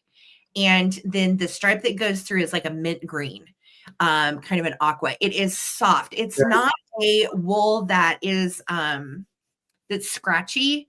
It's worn, it's loved, it's soft, and it's clean. One tiny area on the stitching on the edge where there's like 3 little whip stitches that have come undone. That's the only issue with it. Otherwise, and the tack is a little rough. Yeah. But other than that, like it's in really nice shape. And size wise, it is gorgeous. Oh, I'm starting it. I'm sorry. I didn't even. I'm starting this at $60. This blanket goes from $97 to $140 online. So starting it at $60, I felt like was really fair. That's less than you'll find elsewhere. And it's kind of in the same style as a Hudson Bay blanket, but with those yummy pastel colors, which of course I have drawn or I have sold, and picked. I don't know where drawn came from. I've sold and picked lots of Hudson Bay blankets over the years, lots of gorgeous wool blankets. David's enjoying showing it. Yeah, I'm having a freaking blast. Warm. Baby, you can fold it back up. It's cool. But you can see it's huge. The white part on it, the off-white, is clean and nice. And again, this particular brand of Airs is a Canadian. It's basically like the Canadian Pendleton. They're known for their woolen products, and they took a lot of their designs from native patterns, which of course Pendleton did as well. So soft, comfy, yummy, pretty, and functional. Very, very warm. If you live in Colorado, you know the value of a good wool blanket. Oh, yes. Yes. Thank you. New Jersey for sure. Yeah, it gets chilly up here too, girl. Oh, so, yes. It is made in La Chute, Quebec, Canada. And it is actually Laurentian wool, which signifies a brand called Chief Laurent that started in the 40s and used the Laurentian wool. Size scale, it is 80 by 70. So it's a big one. I think it would probably fit a queen. We have a king, so my judgment might be a little off, but look how wide it is. It's a big girl, and I think it would hang over on both sides. Yeah, queen.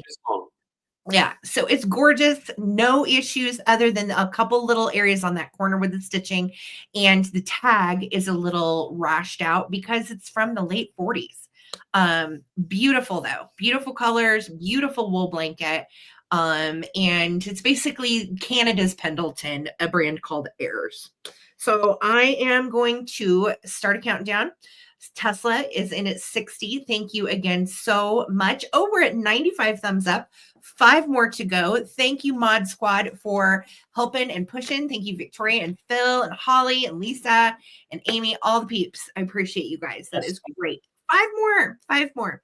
All right, here we go, Tesla. We're going to count it down for you. We are at 60, looking for 61 on the late 1940s, super soft, 100% Laurentian wool blankie. Here we go. 15, 14. It's weird not to hold something and do this countdown. 13, 12. I just want to show you something. 11, 10, 9, 8, 7, 6, 5, 4, 3, 2, 1. Bed end. Yeah. Thank you, friends. We'll hold it up. I'll make sure none of my hair's on there. We'll make sure we didn't get any David hairs on there. No worries. Both of us having such long hair, occasionally you'll find if you find a long hair in your package, I apologize. It's my husband and myself. Just bury it. You have to wear up in a bun, so Yeah. All right. So there it is. That goes to Tesla. Yeah. Congrats, Tesla. It is such a fantastic piece. I'm so happy for you. And I've got you written down, girly. All right. Awesome. Victoria, your 100 came in. Oh, we hit 100. Fantastic. Oh, okay. I was going to say. We hit 100 thumbs up. A big thank you to the chat and to the Mod Squad. We could not do it without you. Fantastic. And keep throwing the emojis, the thumbs up, the comments. Every little bit helps, fam. Yes. All right. Here we go, David. And don't worry, Tesla. I will make sure Lamb Chop gets to give a little snuggle on that blanket. Hey, needs to go outside real quick when you pop it up. Lammy. Boy, it's just busy down here in the office today. All right. So thank you guys so much. Yes, for the 100 thumbs up. We will try not to disappoint. So my next piece, very beautiful, larger piece, and it's really picking up a horrible shine off of the. It's just if you put it over in front of your face, it doesn't pick that up anymore. It's just from the computer. Yeah.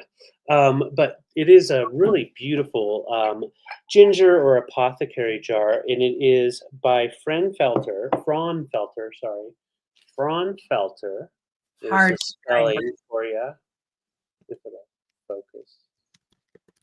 There it goes. Fraunfelter, made in Ohio, and it's a beautiful china ceramic piece with, there it is in the comments, with that really beautiful mintish green. And then you have the gold all the way around the rim, as well as this really freeform modern design. Oh, I'm fine.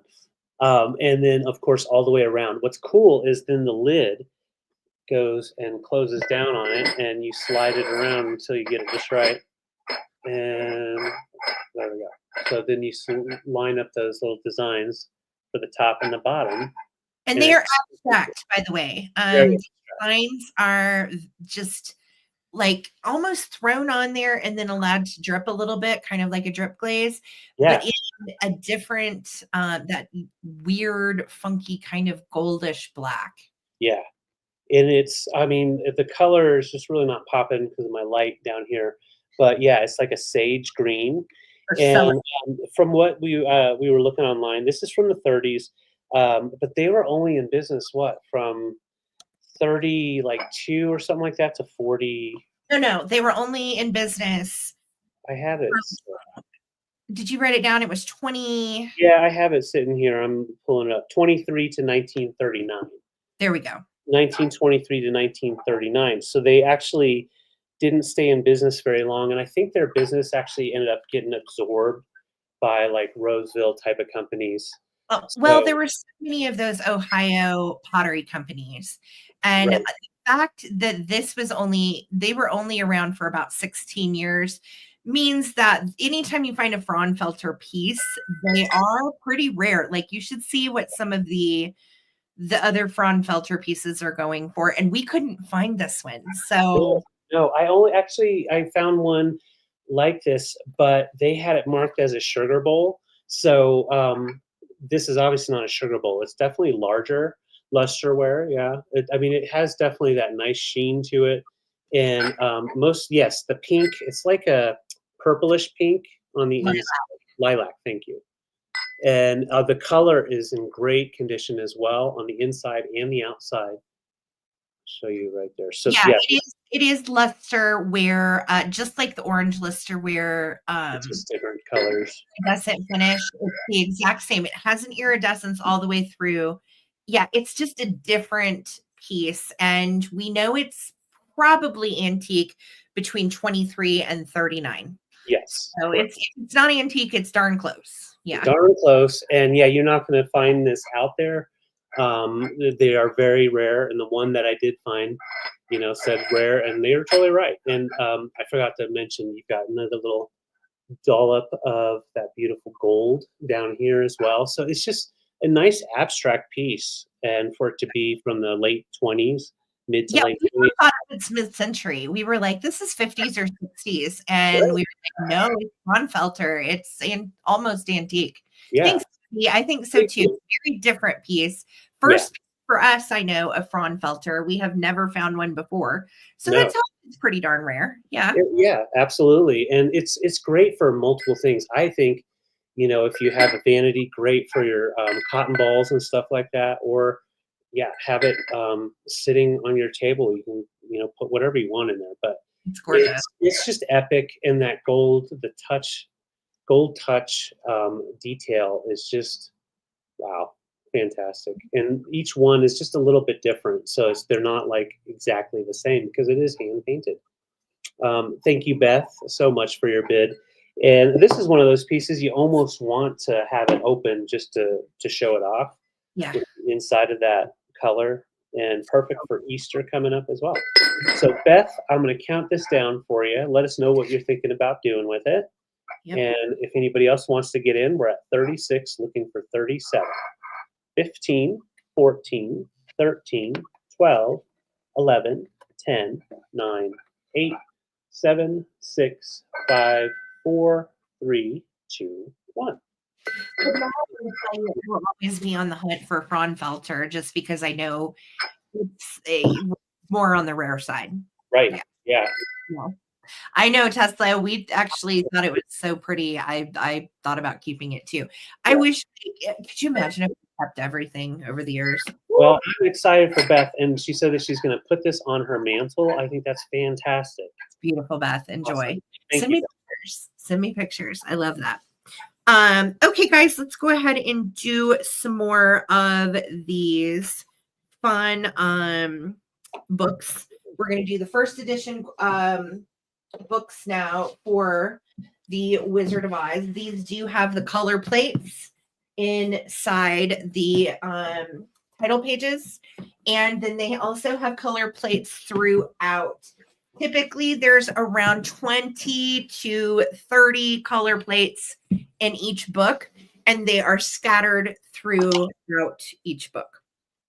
So this is the oldest one that I have. Out of the first editions, it is from 1915. It's 110 years old. The binding is trying to separate right here. Okay. So you do have a little separation right there, but you can see you do still have the wonderful illustrations. You also will see that children have written their names on the inside. Oh, and David, I'm starting the first editions at 58 each. First editions right now on eBay are going from 65 to 140 each is what these books go for. So I felt like starting these at 58 was very fair. And I'll show you, let me get there. I'm trying to be very careful because these are so fragile. So there is your opening page cover plate. And again, these color plates were only done on these particular books up until 1935. And then after 1935, they discontinued the color plates completely. So I thought that was interesting as well. So this is the Scarecrow of Oz. And then you can see there is your original copyright right there for 1915. Of course, you do have the black and white line drawings throughout, just like all the other books. And then here's another example of a color plate. There is a little water damage right here. So I wanted to note that. But aside from that, it's in good shape. The binding is hanging on and it's quite nice. Now the water damage is not throughout. It was just a few pages, by the way. And let's see here. Just lots of cool illustrations. They're all kind of funny, quirky, strange. Look at what they're doing to the poor scarecrow. Oh my goodness. And then here is the back. So you can see we do have a little bit, looks like water probably got spilled on it at one point, but it did not affect the back pages, as you can see. So that is going to be your first choice, the Scarecrow of Oz, first edition from 1915. That is the oldest one. The next oldest is Rinky Tink in Oz, and I thought this was a fun title. Rinky Tink does have just a smidgen of damage right here to the binding. Okay. This one is first edition 1916. And you can see also on the page, it's trying to separate right there, but the binding is hanging in there and it is all together. Okay. And then we have nothing written on the opening page here. And then look at these fantastic graphics, the Rinky Tink in Oz. There he is. Good old Black Phillip himself. And we see here, there is our opening page color plate. And again, adjacent to the title page. And then look, there's your copyright 1916 by L. Frank Baum. Aren't these spectacular? Oh my God, these books are so cool. I know the covers alone. And then of course you do have, and it is also, you have a letter from L. Frank Baum on the inside from 1916 as well. And a list of all of the chapters in the book. So the coming of King Rinky Tink and so forth. Let me see another color play page. Here we go. He's in a tree reading. These are just spectacular, right? I know. Outstanding. Thank you, Holly. I know. Well, I was always trying to find these. Like I stood in the thrift store and cried a little bit. I'm not going to lie. And the thing is like way back then, like to have a book like this and have color illustrations in it that was pretty exciting stuff. Yeah. And you can tell all of these two at some points have been assigned reading from a teacher. Some of them have dates, some of them have inscriptions. So that is Rinky Tink from 1916 first edition. All right. Next up is going to be 1918. And that is bringing us to the 10 Woodmen of Oz. Okay, now I'm going to zoom in on this graphic right here. And we're going to behave ourselves, all of us. I don't like this. That's quite the image, right? I mean. Okay. Okay. So he needs the oil can. Yeah, we need an oil can. And I love that they have swords. Again, I haven't read these, so I don't know. That's what I thought. I was like, oh, heavens, that's interesting. This one has a little bit of color loss right here. I'm assuming that might be from water or something. I don't know. But as you can see, binding is hanging on, thank goodness. And again, the 10 Woodmen of Oz is from 1918. And you can see we again have our opening black and white graphics. This one, somebody wrote a little something in orange crayon. And then we have our opening illustration. We have Princess Dorothy. How gorgeous is that? Look how pretty she is. That would make a cool tattoo. I know. And then this first color plate page is precious. It has some dog earring right here and right here, but it's hanging in there and it is there. Look at that. Isn't that fantastic though? And then you see we have our copyright right there, 1918. So pretty spectacular. This book is dedicated to the son of my son, Frank Alden Baum. So generational devotions, Ozma. I actually have Ozma. I own, that's one of mine that I probably will never part with. I have the Ozma book. To my readers, and then again, another little note from L. Frank Baum in 1918, list of chapters. You can see everything is great. Really holding together nice. And then we also look at that color plate page, another one further back. And there was one other page that had a little right here. And this is a color plate page. And again, those were, of course, the most popular by the kiddos. So this one has a little damage down here. Okay. So just want you to know about that. Otherwise, though, really, I mean, look at that page too. Another color plate, fantastic illustrations, so much fun. So that's the 10 Woodmen of Oz, 18. And then 1919, we had The Magic of Oz come out. I love this cover. And yeah, the cover on this one's pretty great. You've got the little Monkey King and a little Dorothy, or another, I don't know if that's actually Dorothy. This one has the binding really separated until about right there. Okay. It does have some writing, book report 42352. Another book report with some numbers, Robert Heim, Taft, Florida. And then Viola wrote her name here. Okay. And again, all that's in pencil. So if you are skilled with removal of all that, great. I'm leaving it as is. Look at this page. Oh, Dorothy and the Wizard. How fantastic is that? And then here's our opening color page on this one. I don't know what that is. Oh, this is the lion. That's what that is. Oh, okay. I couldn't tell for sure. And then Trina, these are all first editions. yes. And then here is the copyright 1919 L. Frank Baum on this one. Binding wise, this is the one that probably has the most damage to the binding. But again, it's all there. All of the pages are good. It's all still together. And again, more of the fabulous black and white illustrations, as well as more color plates in The Magic of Oz. Awesome. Okay. That one was 1919. And then 1920, we had Glinda of Oz. Love it. Let you look at that page. Fantastic, right? Yeah, I love Look it. at the planets and everything. This one, binding is pretty darn good. Just starting, the opening page is trying to separate a bit, but the binding itself is hanging in there. This one also has an inscription from St. Louis, Missouri. And look at that title page. Isn't that fantastic? Glinda of Oz. Oh, these are so good. And then here is our opening color plate for Glinda. And here is our copyright page, 1920. Okay. So, and then various color plates throughout, just like the others, all in nice shape.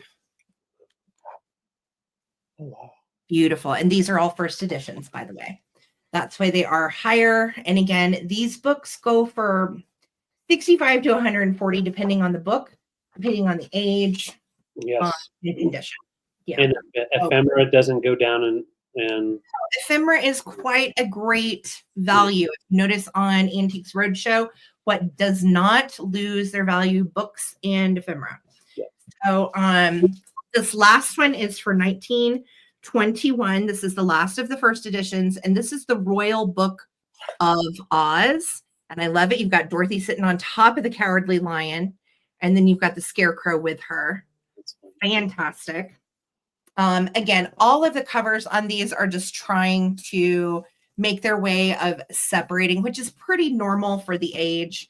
And then look, this is your opening color plate. Super fabulously weird illustrations. Love it. Copyright 1921. And then our list of chapters and another personal note from, this one's from Maud G. Baum. Love that. Sir Hocus of Pokes, the doubtful dromedary, and the comfortable camel. You'll find them very unusual and likable. They have the same peculiar, delightful, and informal natures that we love in all of the Queer Oz people. Of course, every one of us is happy that John R. Neal has drawn the funny and lovely pictures for this new book. So, and they are really interesting, crazy. I feel like the pictures in this one are just kind of crazy. Oh my gosh, look at the dromedary camels, 2 humps. Okay. So cool. So anyway, that is the last. This one has a little marking on the back, and the binding is trying to come undone, like right at the cover spot. That is all of the Oz books, friends. So it is in at 59. If anybody else wants to come on in at 60 on these books, this is a good price on these as first editions. And so I hope everybody gets what they want. All right.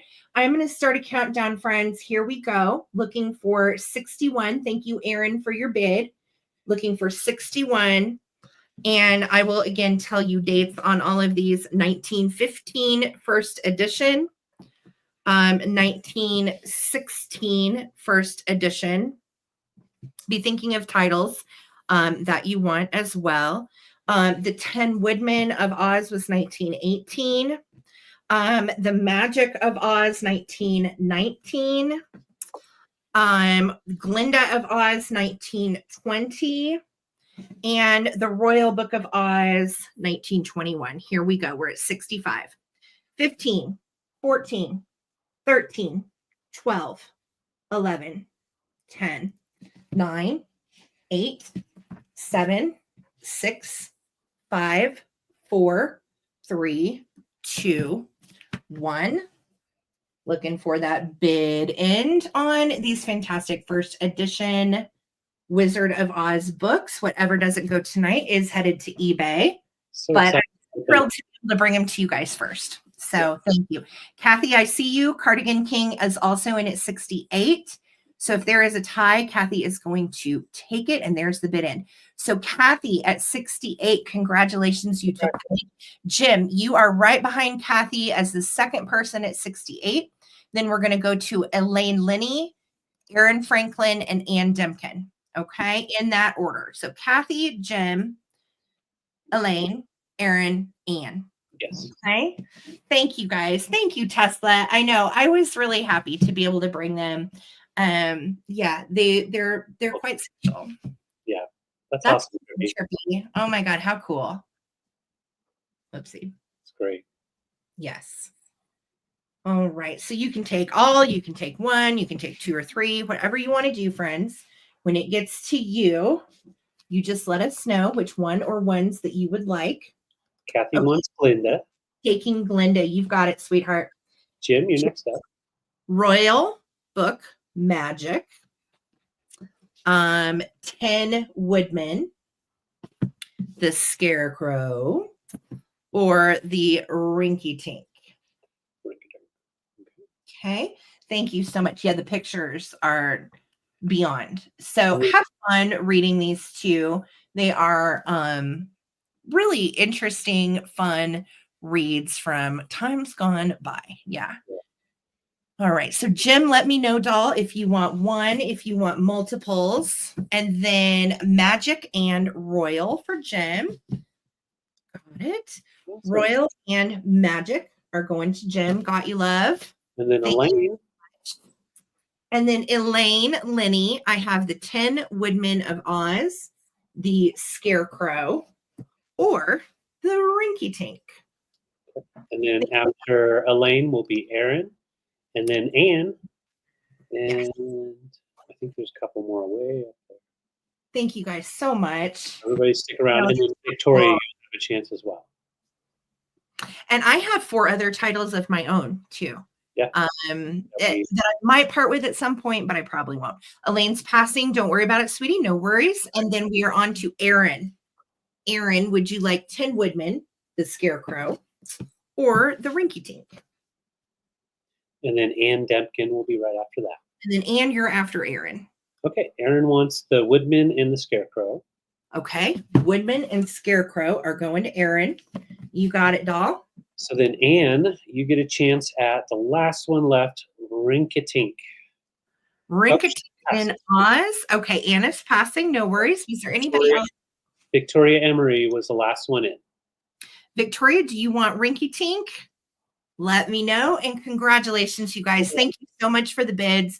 And thank you so much for loving these finds. It was, I'll probably never find that many again and all at the same time. So that was exciting for me. Thank you. Thank you. Thank you. You got it. Victoria, Rinky Tink's coming to you. All right. They're all gone. Great job, Sarah. Great find. And I'm so glad our audience enjoyed those because, they're just so incredible. Well, I'd rather bring them to you guys than sell them on eBay. I really would. You know, that's why we bring everything here first. So thank you all very much. Absolutely. Okay, it is time to bring this real beautiful butterfly in its handmade aquarium, basically. And we're getting a horrible glare, so I'm sorry about that. There's really not much I can do. The reason that is because this back part is a mirror, so it mirrors the actual piece. And it's handmade with the glass. It's 6x6 square and then 7 inches tall. And what she did was she took like a frame and cased that in there. So then when you turn it upside down, you can see the opening. You just pull these off and it'll pop open. So when we got this, it was pretty dirty. We did go ahead and open it up and clean it up because there was some haze. So that is nice about this piece. It's easy to take open if you wanted to clean it up. And it just has that one single butterfly in there. It's the papillo, or the green banded swallowtail is what it's called. Oh, that's cool, Jim. That's really awesome. And he does have just the one antennae that I see there. I don't think, the one probably came off at one point in time, but it does look really beautiful. Thank you, Tesla. It needed some major cleaning. And then you've got the nice blue wheat type of just little pieces of greenery. And then even a little shell down in there that he's sitting on. So, and it measures about 7 inches tall, and then the base is 9 by 9 square. So you can see it's a nice geometrical piece shaped, and then the bottom is also mirrored. So on the bottom you can see the mirroring as well as the back. So it gives it a nice 3-dimensional. But yeah, I love it. It's great, handmade. Not one out there like it. And we were actually able to get this from the estate sale from the creator. So really cool. Yeah. It's so pretty. And yeah, if it wasn't for the glare going on, you would be able to really see everything going on there. Let me tone my screen down. That'll help a little. Awesome. Congratulations, you guys. Oh, yes, that is awesome. I'm still like, I just read all the books down. So I know, right? That was so awesome. So this is really sweet. And I thought that the blue butterfly was in like really good shape. Yeah. Well, and it's like a green. So it's like a bluish green. And let me try to get in on it so you can see it. There you go. Look at those colors. Pretty. And I like that. I like the style of the casing, and you've got the mirror. She did a beautiful job on these. And you could tell she like really enjoyed creating the different scenes. And she did all of like the pressing of the flowers herself. So yeah. And nice piece. So 44 and I will set it to the side. Nice piece. It's nice and solid, so it will ship nicely. And if it gets there and there's a little dust, all you have to do is pop it open and blow it out, and there won't be any issue. So I'll set it to the side. Thank you, guys. Awesome. Thank you, guys. Yes, so good. Butterfly has a much longer life. That's right. And I always feel weird about that too, because I don't want to like grab the taxidermy butterfly pieces where they've like euthanized butterflies en masse. You see those in stores and you can tell it's all imported from somewhere. And there's like, and I'm talking like new stores. And you can tell they've just killed butterflies for the sake of the art. But these are old, so I don't feel as bad about those. All right, I have some cutie pie hand embroidered towels, and I'm going to sell them all as a set because they are a set for the days of the weeks. I'm going to start the set at 24, and all of these are in awesome shape. They came straight out of this weekend's estate sale. And the first one is Monday's dog. And he is working on a sock, which is what Skipper seems to do. With our dirty socks, we'll go to do the laundry, and you'll find him. He's snuck off with a dirty sock somewhere. Yeah, he loves my socks. Yeah, little stinker. But yeah, look how clean these are. They're like, I really don't think they've ever been used, honestly. So we have Monday's dog. Look at Tuesday. Tuesday's dog is Precious. Oh my God. Phil, enjoy. She just arrived. I'm so glad to know she is there in Australia. Oh, rest easy, girl. Every time. Look at Tuesday. Tuesday, he's got a little butterfly on his fanny and he's wagging at it. So cute. Then Wednesday's doggy. Adorable. And again, these are all like brand new. I don't think they've ever been used. Wednesday, we are just smiling ear to ear, and we've got on our spiffiest bow for our duds. So we have Wednesday's dog. And then look at Thursday. So cute. He is in his little red wagon. Somebody pull me. Let's go. This looks like our dogs, David. Totally. In our buggy wagon. Want to jump out? We're going to jump. And then look at Friday. Friday is Precious. Him sleeping in his little doghouse. So sweet. Saturday, we have little doggy hanging out at the duck pond, chasing duckies. It's Saturday's child, Tesla.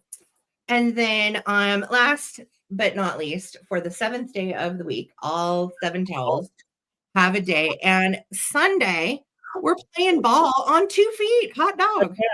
Yeah. So this is all a set. When are they from? So everything from this particular estate sale was 60s and older, and that's all I got, Tesla. It's hard to say, but I would guess 60s. That would be, yeah. Mom and Grandma used to make these. Yes, they were usually done from the little Bogart textile patterns that would come in the little paper. I used to sell them years ago when I first started selling vintage. I sold tons of little Bogart patterns, basically. And then you would stitch over the pattern. And they were so cute. So I'm going to start a countdown, Tesla. We are at 24. If anyone else is interested, all 7 days of the week are there. They match. They have never been used. And design-wise and based on this estate sale, I'm going to say they're probably from the 60s, and they were kept in a cedar chest, which a lot of people did for many, many years. David's mom has one with all of Grandma's linens, and they keep really nicely over the years. I think, Trina, these would make a great wedding gift because, like, a lot of people don't have family members that made these things in the past, so it's a nice way to have like something to start the home with, something homemade. Heck yeah. And if you didn't have any crafty family members, you can buy some, or you can even make your own if you like to do embroidery. Right. So cute. So let's count them down. Here we go, guys. 15, 14, 13, 12, 11, 10, 9, 8, 7, 6, 5, 4, 3, 2, 1. Bid end. All doggies 7 days of the week. So cute. Yeah. They may not think they want them until they use them. Right. You know, my mom ended up sending me in 2021, she sent me a bunch of my grandma's towels that she embroidered, and she did a bunch with frogs. And I have them in my linen closet, and I will not use them because, grandma made them. But I have them. So that's special. Love these. All right, Tesla, congrats. 24. They are coming to you, sweetie. They are all yours, little ducky. Fantastic. Thank you, girly. Awesome. All right, I have some littles. It's time for some kitsch and ceramics. So let's go ahead and start off with this fella. He's hysterical. We've got this little pixie hanging out on his big green shoe, and he's got a little ladybug on his knee, just chilling out. And he is made by Lego in Taiwan. Taiwan. So we've got his original little sticker, and just a cute little fella. He's like, "Oh, shoe size? I have a big shoe."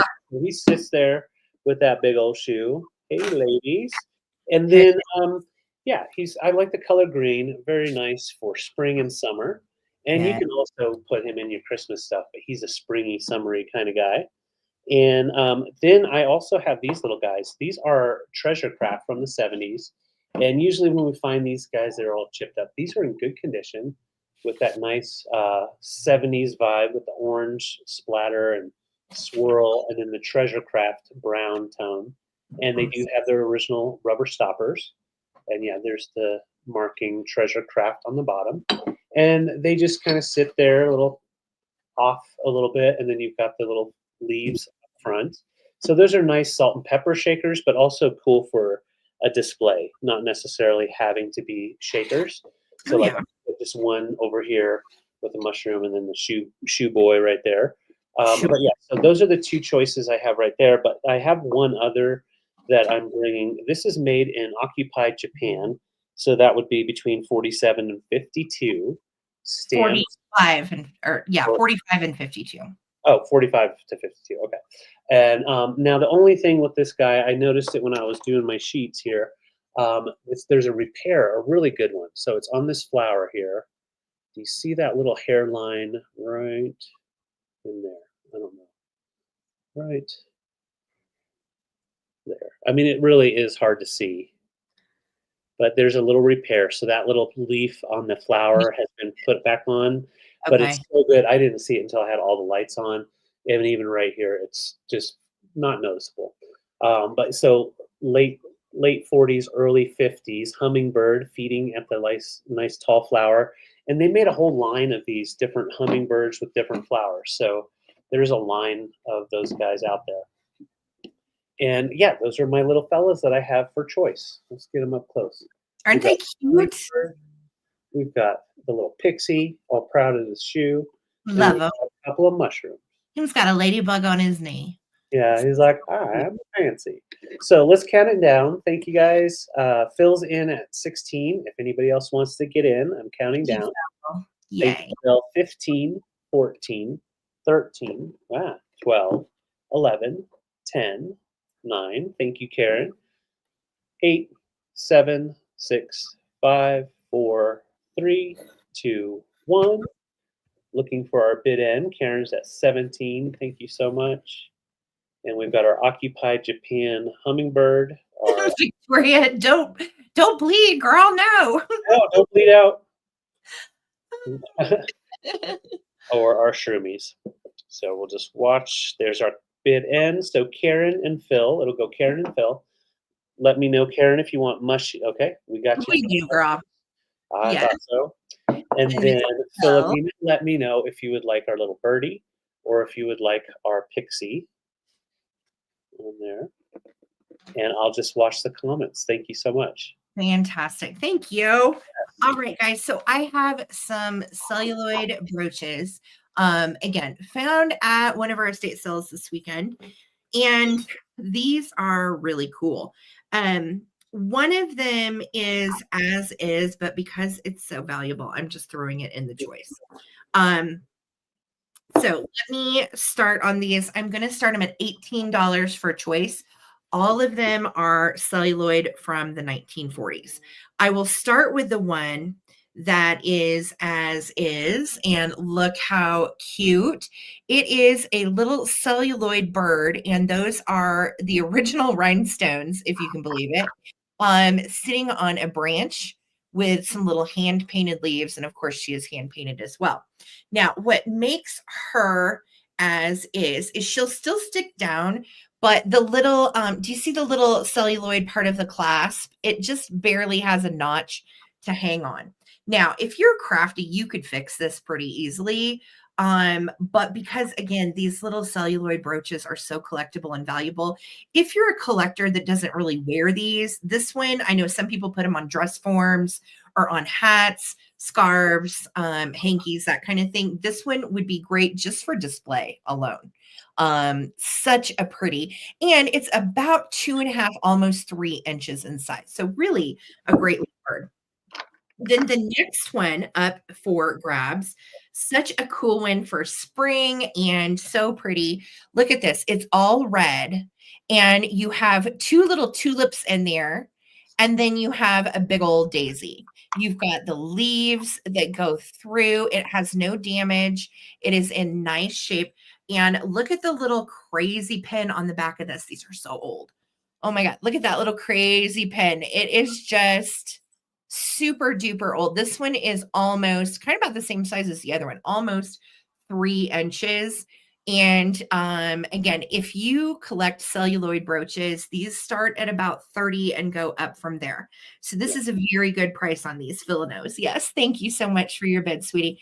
All right, so this reddish one is your second choice. And then the last choice, OMG, this one is made in occupied Japan as well, just like David's last bird. So we know this one was made between 1945 and 1952.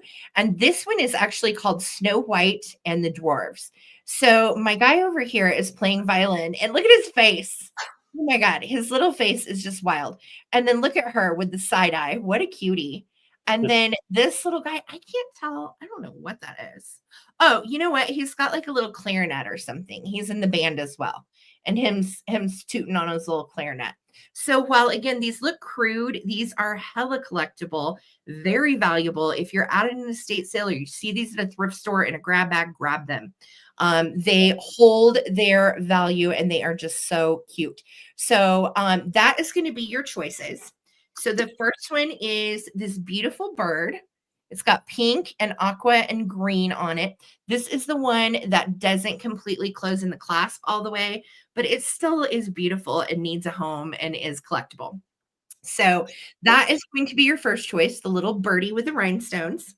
Then we have this gorgeous red one with the daisy and the tulips. Really cool. And then we have little Snow White and our dwarves. Fantastic. So yeah, really cool, right?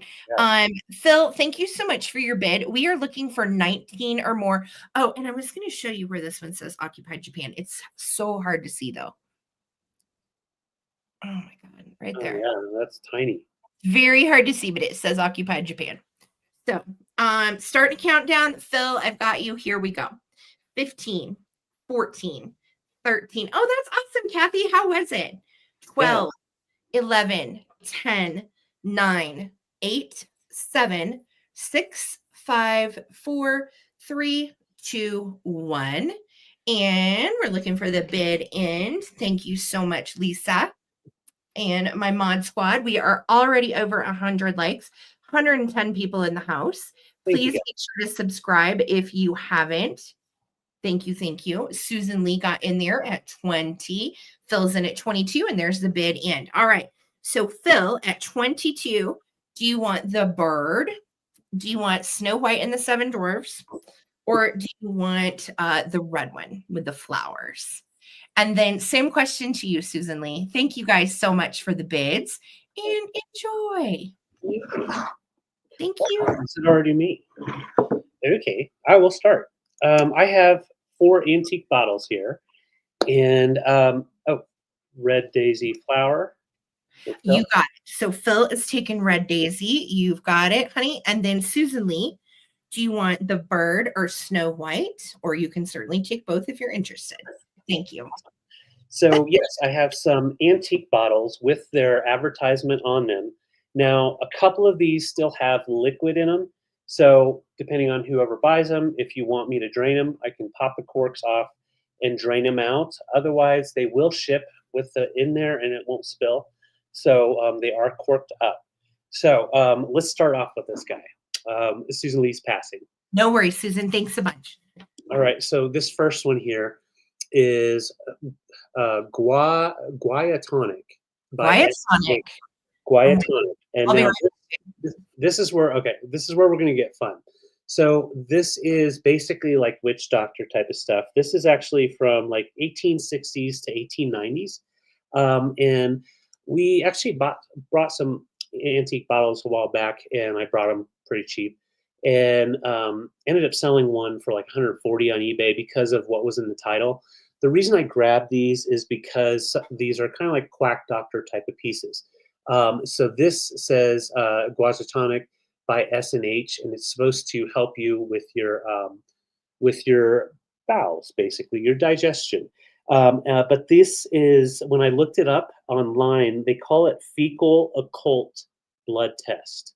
So what they did with this is you would use this to test your goings on, and if it comes back as positive, that means you have blood, yada yada yada. And so it ended up being like a blood test for like witch doctor type of thing. So it's very weird and interesting. But what's really cool, all of these pieces, the main thing that was in these were alcohol. So it was just the different title, and they put a few little different things in each one, but you were basically just getting a little drunk. So I agree, Lee. yeah. I know it's terrifying, right? Very weird. But Yeah. these are very collectible, all of these kind of pieces, and depending on if you find the right person as well. So that's your first guy. It's still completely intact. We have an elixir, and yes, this elixir, the tag is starting to pop a little bit, and you have a little bit of the elixir in there. Oh wow, it's like gravy, like a drip. So that used to not be so thick, but you've got the elixir in there. And this is the lactopertine. It's gastrointestinal from early 1900s, made in New York as well. And then the main ingredient in here, we've got alcohol by volume 12%. And then you have the lactopeptine, which is what it actually is at 32 grams, and then some other things. So basically alcohol.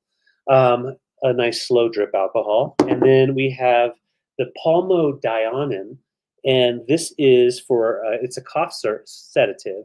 And I love the way the paper is kind of like peeling away and pulling away. Don't confuse it with molasses. That's right. Yeah, that'll make your pancakes taste very special. But yeah, this one has 11% alcohol. The rest doesn't matter. Just get drunk, you'll feel better. And then this one here, I thought was amazing. I didn't even know what dental lotion was. Basically, dental lotion was the precursor to mouthwash. So we have Lily's dental lotion, 1 pint. And let's see how much alcohol is in that. Contains 30% alcohol. So I don't know why people didn't have good teeth back in the 30s and 20s, but I would be drinking this every day as a kid. So 30%? Oh my Lord, you can get your kids crunk on that. I know. Get the shot glasses and have some fun. So it says if that doesn't kill a pneumonia cough, nothing will. Damn right. Right. Yeah. And that one dates 1890s to early 1900s. So they're all pre-1910. And like I said, anything that has liquid in it, if you want me to drain it before shipping, I will. Otherwise, keep the liquid in there and see how it ferments over the years. So, do not consume anything during this choice, right, Tesla? Wait, yeah, I can. Like, oh my God, these are so cool. Don't they look awesome together? We had that weird bottle a while back that was urine elimination, and it sold on eBay for like $130. Because he was a quack doctor. Urine elimination. Like weird things, people. Weird things. Yeah. This is like basically Wizard of Oz saying, hey, drink this and you'll see a horse of a different color. A color. Let's count it down. Thank you, Vicky. We're at 16, looking for 17. 15, 14, 13, 12, 11, 10, 9, 8, 7, 6, 5, 4, 3, 2, 1. Bid end. I know. So have labels. I agree, especially at this age. They're really, really cool. David was thrilled to pieces to get into these. Oh, yeah. Well, and I was second into the buckets, and luckily the guy in front of me didn't care about the ones with labels. So, like, You're right on.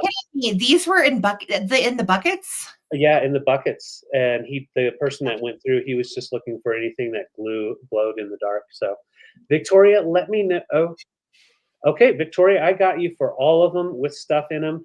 And what I will do when I ship these is after I wrap them, I'll put them in a Ziploc sealed up. So that way, if by any chance it breaks, you won't have alcohol all over your package.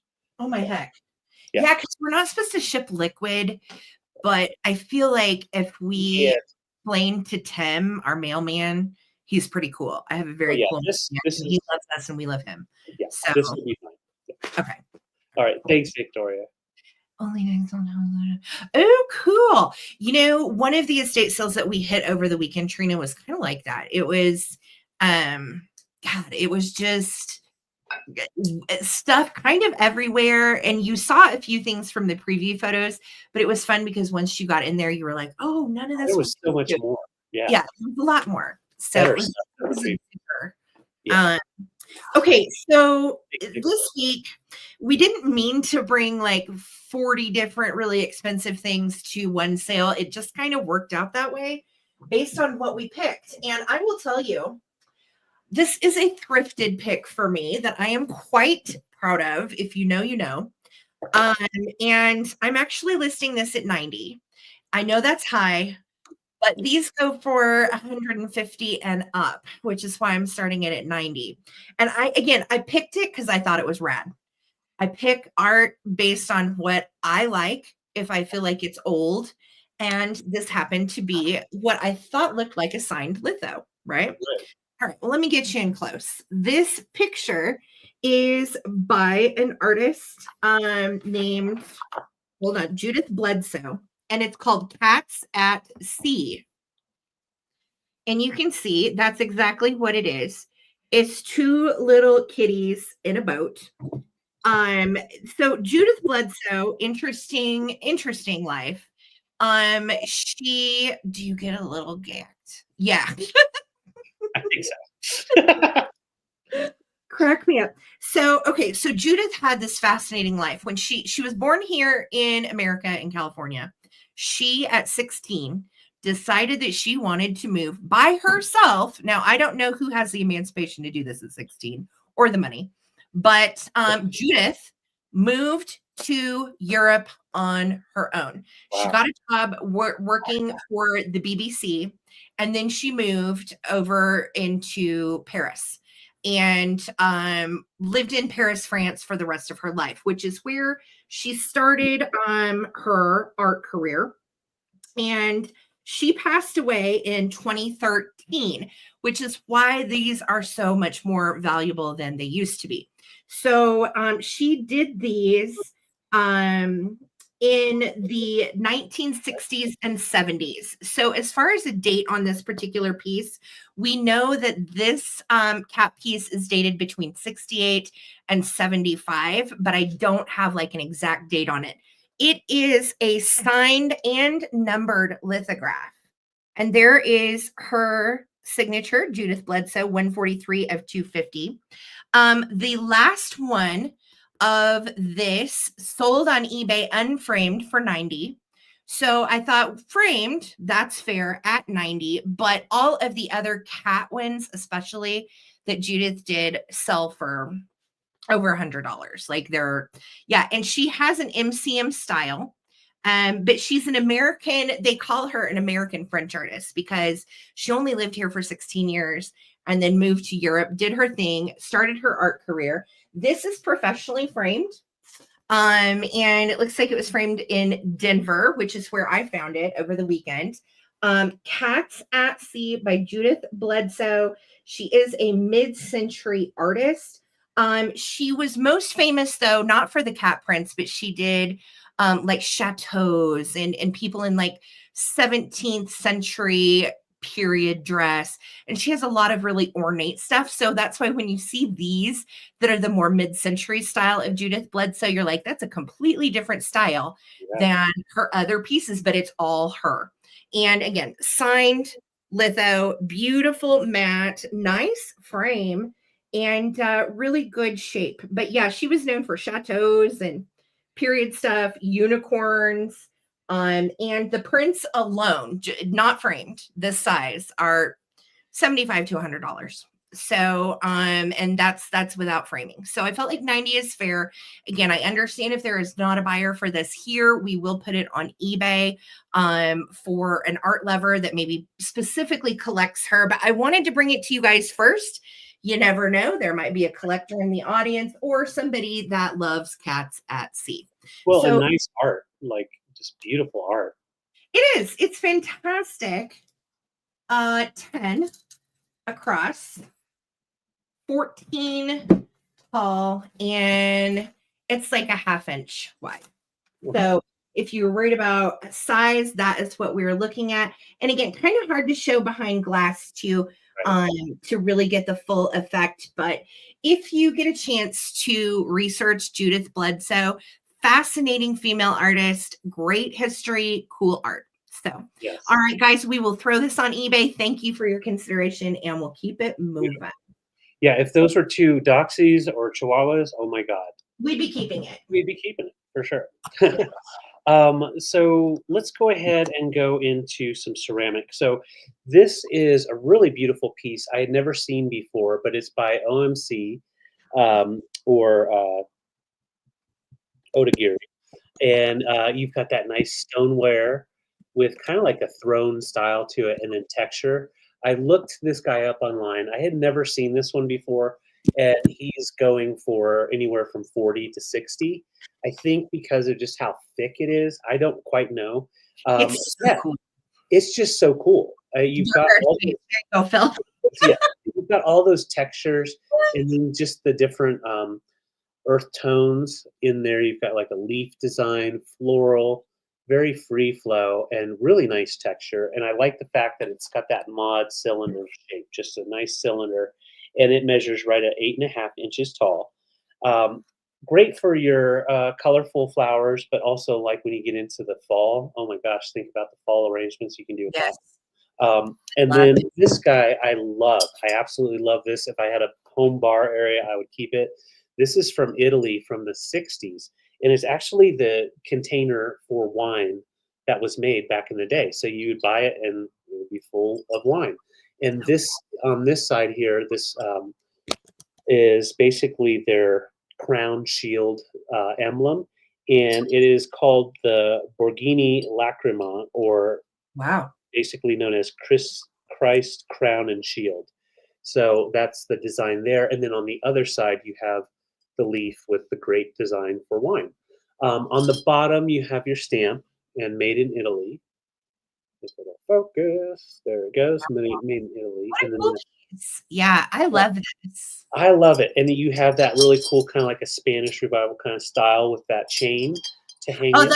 I learned what the chain is called. It's chandelier. Oh, it's a chandelier. The chandelier. So that way you can just kind of carry it, attach it to your belt and take it with you. The cork is in great condition. You can see how it's mounted in. It's kind of a leaner, a little nipple on the top. And yeah, it's cool. So you've got the colorful side, like muted colors, or you can go to this side here with that really cool emblem shield. So those are my two choices. This guy right here is about 10 inches tall, and yeah, really nice piece from Italy. And if you're a wine connoisseur, if Karen Williams is here, if you have a bunch of boxes of wine, put it on top and it makes it look fancy. So those are my pieces. I'm going to set them there. Earth tones, I like these colors. They go good with brass, also other types of glass as well. So $26 for choice.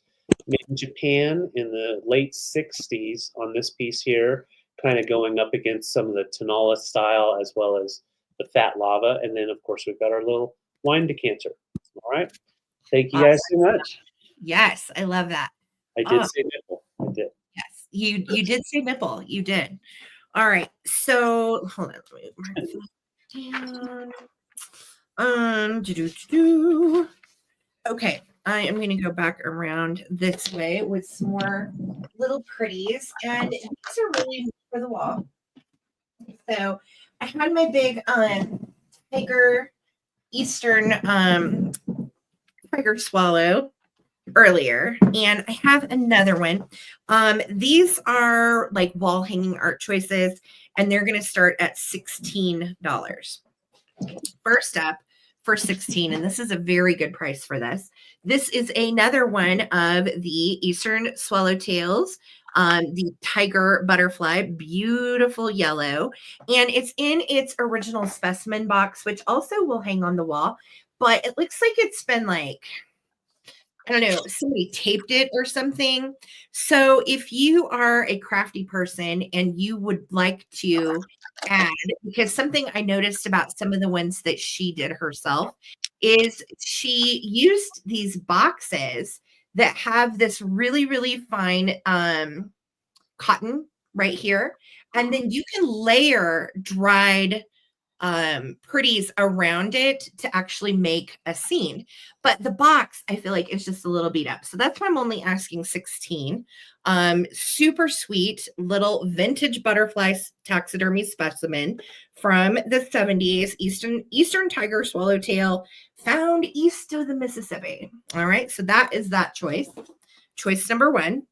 The next choice is a crewel. I haven't found a crewel in so long. So this little cutie was outside under a pile of books. It was super dirty. David and I cleaned it up, and look how beautiful it is. It is a finished crewel on linen underneath a frame. It does have the little hanger on the back ready to go. Size wise on this little guy is 7 3/4 by 5 3/4. Oh, and the butterfly specimen box was 6.5 by 5.5, by the way, if you were wondering about size. Yeah. So we have the yellow butterfly, or we have the pretty little crewel. Now, this crewel dates to 1981, and the name is called Roses and Daisies, and it is a sunset design. So if you are a crewel person and you know your crewel brands, this is one of them. Last choice out of all the three. I'm weird too, Trina. It's the best thing about it, right? Last one is this really pretty little 6.5-inch round gold frame. And what's interesting about this is I could tell she did this possibly herself, or maybe this is one she bought, because this has a little thing on the back that says B602, which makes me think possibly it was manufactured. But if you look at the little antennas, those are fake, but the butterfly wings are real. So I looked at the butterflies to actually see if these are real butterflies. They are. And the white ones are called an Indian cabbage white. And they are actually from Indonesia and India. So these are the Indian cabbage white butterflies. And then this little guy doesn't have a very original name. He's called a yellow orange tip. Imagine that. And they are native to Sri Lanka and India as well. Oh. So all of these little guys were framed together, and they have fake bodies but real wings. Isn't that strange? That's so weird. That was something, though. I've seen other butterfly taxidermy pieces like that, especially the ones that are pressed under glass, that are either like a little serving tray, or there's some that have coasters and they're like rattan and bamboo. All of those have fake bodies but real wings. I guess because they wanted to flatten, and that body would just like expand. Oh, well, the body wouldn't flatten. Yeah, it would just squish. Yeah. And then it would be kind of like dusty. Yeah. All right. So all right, friends. So we have this item with the 3 butterflies ready for framing. And to the top of the hanger, it's 7.5 inches all the way up. Trina said, cabbage white moths ate all my broccoli I tried to grab. Bummer. That's so frustrating, Trina. Dang moths. So you've got, look how pretty they look together though, too. Like for a wall vignette, you can definitely see what her style was. These all came from the same venue. So $16 for choice, guys. That's a great price. These quills usually go for over 20. And then these are the little taxidermy butterfly friends. So 16 for choice if anybody is interested. If not, that is okay. We'll send them to eBay. Going once, going twice. All righty. We will throw it back to David. Thank you, guys. All right. I have got a couple of turtles from our private pick, and they're Totally. great. Oh, let's go ahead and pop back over. Jamie's in at 16. Jamie, you were the only one, babe. If just tell me which one you wanted. Just tell me which one, and it's yours. Okay. Thank you. Go ahead, babe. Perfect. All right, Jamie, just let us know. Oh, no, actually, let's go ahead and go back over. All right. All right. I'm going to do a quick countdown, friends. There must be a lag, which is to be expected, unfortunately. Jamie said times 3. Times 3. Okay, she wants them all. We're going to do a quick countdown, Jamie. Let's just, because Laura got in at 17 too. Yep, 2 bids, Phil. Thank you so much. We're going to do a quick countdown from 10 seconds. I apologize for jumping the gun. Here we go. 10, 9, 8, 7, 6, 5, 4, 3, 2, 1. Looking for that bid end from our Lisa girl. Thank you, Lisa. Whoop, whoop. All right. I see Jamie. I see Laura. Thank you, friends. Appreciate you guys. Fantastic. And there is my bid in from Lisa. Thank you, girlie. All right. So Laura Kaiser took it at 20. You're 22. We didn't need, sweetie. So Laura, do you want the trio? I think you wanted all of them, right? Jamie was the one that wanted all, but since Laura. Okay, Laura, let me know for sure if you wanted the cruel or the yellow butterfly or butterfly trio. And then Jamie Grafton, same question to you, honey, at 18. Okay. And then, you can have it, honey. Yeah. 3 times butterfly and the flower one are going to Laura. You've got it. Awesome. And then Miss Jamie, would you like our little yellow butterfly? Let me know. And Gina, I am putting you down for the jewelry box. It is yours. Sure. All right. Congratulations. Thank you, Laura. Thank you, Jamie. And I've got everybody down. Just let me know for sure, Jamie, about the yellow guy. All right. Okay. Congrats, friends. Thank you. All right. I'm trying to find where there it is. Okay. So I'm starting. Congrats, Jamie. I'm starting off at 18. I've got the 2 different trinket dishes in brass with the turtle. So this one is a little bit higher end. Solid brass made in Korea. No, sorry, made in India. I was like, I thought it was India, but then it looked like Korea. So made in India. Now this trinket dish has the back hinge, and when you open it up, it's very polished brass on the inside, which is why it's considered more of a high-end piece. So the outside, you've got that nice texture going on, but then when you open it up, your little trinkets, jewelry, and whatever you want to put in there sits in that nice little shiny bowl, and then the shell just covers it up. Really cool tortoise. And so this guy measures right about 5 inches long, and great to sit there and just be a little stash spot. You can either stash goodies in there or put your little trinkets in there. So that's that guy. This one is a little bit smaller, so he's a little bit shorter and he's a little bit heavier, heftier, so like thicker brass. This one is made in Taiwan, so late 70s. It's got his little sticker still there, and his little hinge is on the back side, a little simple pin hinge. And when you pop that open sideways, that's where you're going to pop in and see whatever you want in there, whether it be little rings or whatever. And yeah, he's got the cool little design on his shell. So those 2, and this guy is about 4 inches tall. Very collectible. Everybody loves their turtles, and it's always great to have something like this that you can quickly throw your jewelry in there. Yeah, it's a fancy nut cup, Trina.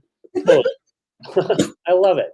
But I told David when I found those nut cups over the weekend, I'm like, Trina's gonna love this. Oh yeah, we're gonna have fun with those.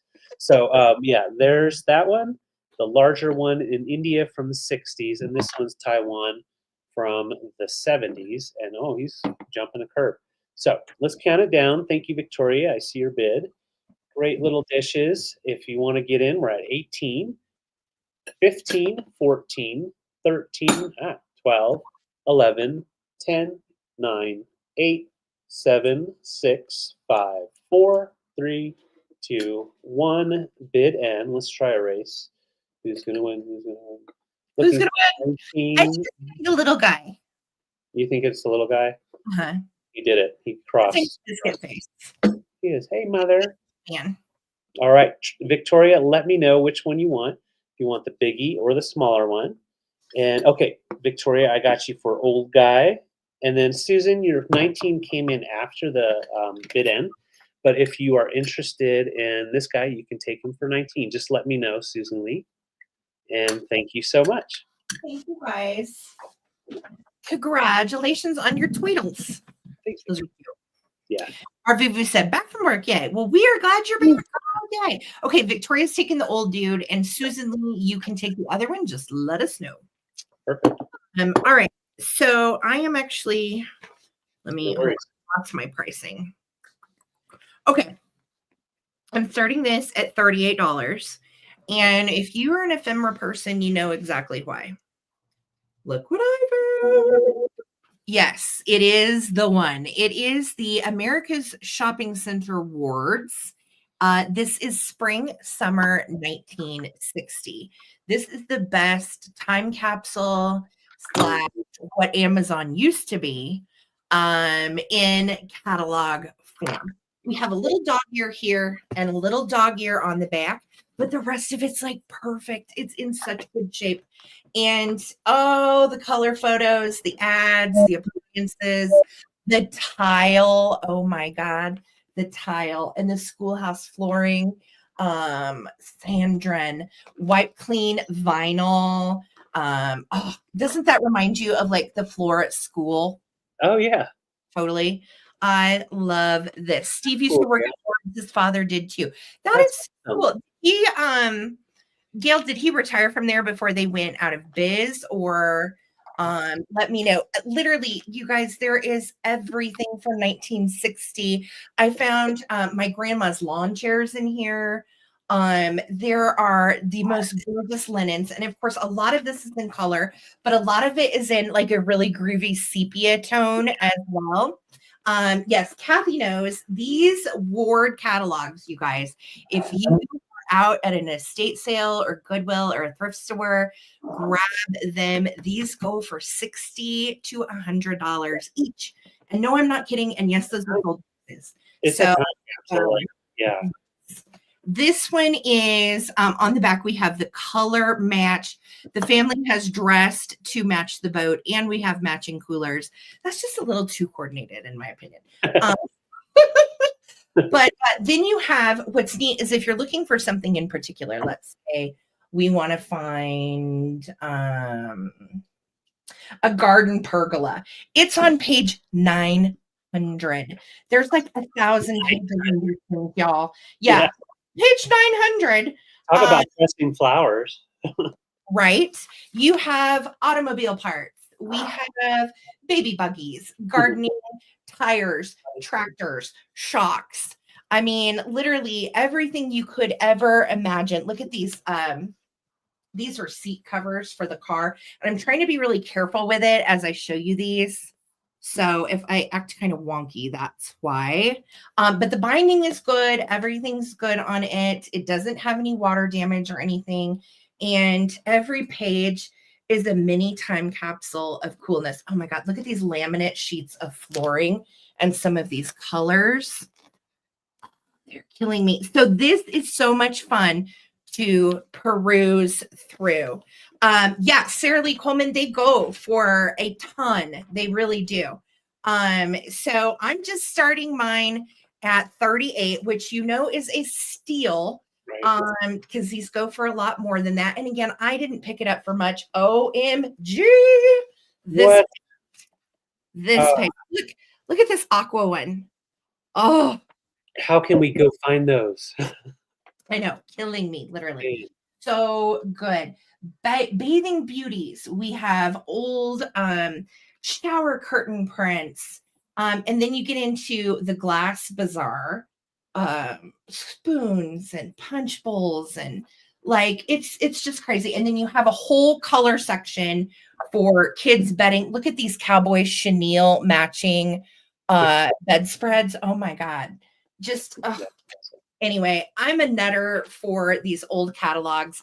These are so expensive. If you find 50s or 60s Montgomery Wards, look, we got girdles and corsets, ladies. Oh, who doesn't remember a fun girdle? Oh, first, I remember my Mimi wore those. Oh, look at the little petticoats.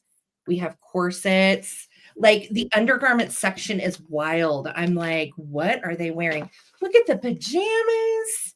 Anyway, be here all night. It's at 38. Again, these usually start around 60 and go from there. So if anybody else wants to get in on this, it is in nice shape. And it also has one thing I thought was a really funny attribute. And some of you that remember these will remember this. It has this index all the way on the binding as well. So you need 77 El Camino seats. Well, David. Well, my dad had 2 El Caminos, and yeah, 73, and yeah, he redid them, and I remember that. Yeah, he had the old oh, what was it? There was a catalog that had all the car parts that he would. Oh yeah. Yeah. Oh yeah. So oh my god, I found more clocks. Anyway, I could be here all night talking about this. Kathy, congratulations at 38. We're going to do a countdown. If anybody else wants to get in on this, here we go. Quite a good deal on this.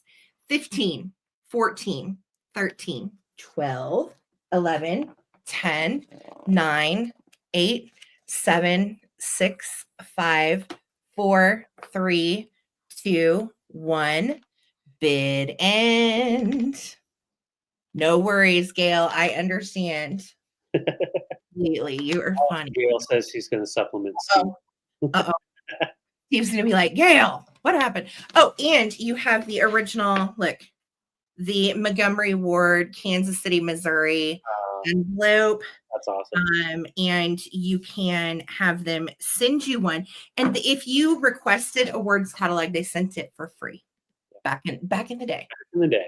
Gail coming to you for 40. Thank you, you and Kathy, for the bid. Such a cool book. Yeah. Enjoy. Thank you. Right on. Yeah, those are fun just to sit and look at. Spend half a day. So one more round with some fun Mantiques. We all need tape measures. These are epic. They're from that garage in the estate sale. And I just love the fact that they're all metal, very hefty, and they still work. So this one is the yellow. So you've got the yellow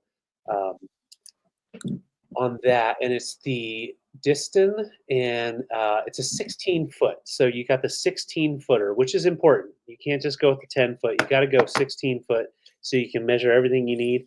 And this one is the best because you've got the little belt clip. So that was the one that you clip on your belt, or Grandpa would, or Daddy. And yeah, it's great. It's very solid. It doesn't slide right back in. It's not one of those.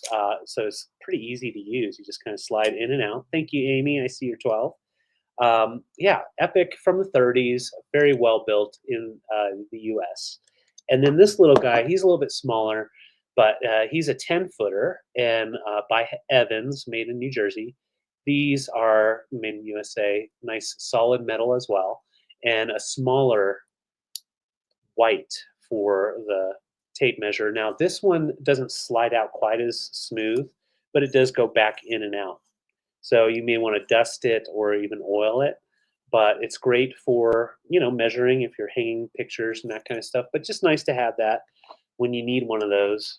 It's nice to have it in the drawer or whatever. And I like buying the old stuff rather than buying new plastic things. So let's count them down. Thank you, Amy, so much for your bid. We're at 12. Looking for 13, 15, 14, 13, 12, 11, 10, 9, 8, 7, 6, 5, 4, 3, 2, 1. Looking for 13 or a bid end. Amy, what are you measuring? What are you measuring? Amy, what you doing? What are you doing on TikTok? Yeah. Oh, that's cool. Yeah. Amy, let me know if you need the 16-footer or if you're content with 10 feet. Let me know. All right. Oh God, Amy's gonna do the 16-foot. Okay. Amy. None of your business. I'm gonna give you some shit later. Amy, let me know. None of your business. All right, fine. Okay, so I have some groovy enamel brooches I got into. These were all from my estate sale this weekend as well. And it was really cool because, I'll be honest, this estate sale we went to, David, myself, and my friend Caitlin, We walked in. Everything was priced over $25. Everything. And we were like, well, none of this is worth $25. What the hell's going on? And so we were all just kind of like, and then we heard the people that ran this estate sale company, which I had never heard of before. They were making deals like 75% off the prices. And I was like, oh, it's one of those. Okay, let's make a pile. So we made a pile, and she made me a great deal on these brooches. A couple have like a little as is issue, but they're still so groovy. They're all from the 60s. And I'm going to start with this one that has the worst damage. Starting these, David, at 10. Okay. So first up, this one is really pretty because it kind of has like a little movement to it. It will move this way or that. And then you can also kind of look, if you don't like the dark blue, you just make it light blue. Or if you love the dark blue, spread it out a little bit. And it's got that yummy green center. You can see it does have some little chippies. But if you are a collector, these are so fun. And these are the extra large ones. They're almost 4 inches. They're great big enamel brooches. So that's going to be your first choice, the Blue Daisy. And then your next choice, look at this one. This is even bigger. This is a huge bright green one with little yellow metal curlies in the middle. And you can see nice, big, long pin back. Just a couple of little paint dings on him. But again, so look how big that is in your hair even. Holy cow.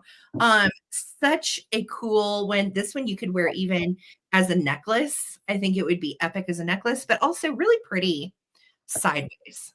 Yeah. So cute little bright green, perfect for spring and summer. This one, let's measure how long it is. It's 5 inches. This one is 5 inches. That's how big it is. Wow. Big one. Big. Amy, did you hear that? Big green. Then I have ombre blue. So pretty. And this one you can see is like a multi-layer flower. And you've got different colors, kind of a darker blue, and then it goes into like a lighter periwinkle. This one I think is like 3 inches, 3.5. 3.5 inches on this one, and just darling. Nice big pin on the back. You can see right there. Great shape on it. So that is going to be your third choice. Fourth choice. Oh, this is a huge 5-inch daisy with a bright green stem. And then you have the white petals with the yellow center. Absolutely gorgeous. Again, huge. 5 inches. Big girl. She's a big girl. But God, these are so cool. On a lapel. So sweet. Hi, Les, babe. How you doing? Great for a scarf. Great for displaying these. Like I said earlier, I know a lot of people like to display these on mannequins or dress forms. And these are the big ones. These are the good ones. So that is your next choice. Last choice is my favorite. And I'll be honest, I've never, ever seen this one before. Super rare and weird. It is a starburst, mid-century starburst with bright Kelly green and hot pink. Isn't that cool? I know, right? These are epic. I was so excited about these. And I love, look, when you kind of catch the light, that effect, right? So just a yummy one. Let me tell you size. This one's not quite as big as the others. It's 2.5. So cool. And again, yes, Trina, good for Easter and spring displays. Some people like to put these in flower frogs and actually just display them as little flowers. Whatever you like to do with these, they do retain their value and they are hecka collectible, and they're all from the 60s. So I'm going to start a countdown, you guys. I don't want to scratch them up, so I'm going to be kind of careful how I hold them. Here we go. We are at 21 with Lisa Day. Thank you, friends. Let's count them down. 15, 14, 13, 12, 11, 10, 9, 8, 7, 6, 5, 4, 3, 2, 1. Bid end, my friends. Les rolling in like a rock star. Let's roll it up in here like a rock star. Les is made at home. We might as well just say Norm. Susan Lee, Les, Lisa, and Gina. I got you. Okay, so the winner is Susan Lee at 26. Gina Maki and Lisa Day, your 25 and 28 came in afterwards, but you're still in the lineup. So hopefully you get the one you want. Susan Lee, let me know a color. On the blue, we're going to call this one blue and green. This one we're just going to call blue. This one we're just going to call green. This one is Daisy, and this is pink and green. Perfect. And then I'll give you guys the rundown. So it'll start Susan Lee, then Lisa Day, then Les, then Gina. And then we'll go on after that if there's anything left. Yes. Thank you guys for all the bids and for loving my big crazies. Daisy, blue, green, pink. Okay, so Daisy, blue and green. Or wait, blue. There we go. And then green and pink, right? Susan Lee, let me know if that's right, sweetie. And then Lisa's next. And then Lisa Day. And then after that will be Les and then Gina. Les and Gina. Perfect. Susan Lee, make sure I grabbed the right one, sweetie. It was the Daisy, the blue, and the green and pink, right? I think so. No, she said the blue and green. Okay, got it. So you wanted the blue and green. My bad. So blue is still up for grabs. Okay. So Lisa Day, let us know. Daisy, blue, green, and pink. Got it, sweetie. Okay. So then Lisa Day, do you want blue ombre or do you want big green? And if not, just say pass. And then, okay, then we are going to Gina. Gina, did you want, oh, thank you. I got him at wearlight.com. And they're really affordable. I think these were like $50 with impressive lenses. Yeah. Okay. Today is both. You got it, sweetheart. Those are yours. All right. Congratulations, fam. Enjoy. Those are awesome. Falling off the porch. Made your pain upset. Oh, honey. Well, Phil, take it easy, sweetie. Don't ever apologize. You are okay. Yeah. All right. Well, I've got some littles. You know me, I love my littles. And it seems like every week we can find some at an estate sale. These are actually from our private pick, nicely picked from Denver area. And we've got the bone china little goats. And they are a nice little pair. You've got the one standing and then the one that's sitting. They would have originally had their little bone china stickers on their backs. So you've got like, the nice little woodland creatures, great for a display with some fun folksy stuff. And if you have your little shelf, yeah, it's great to fill in with some of these little animals. So that's the first set that I have there. So they come together for 16.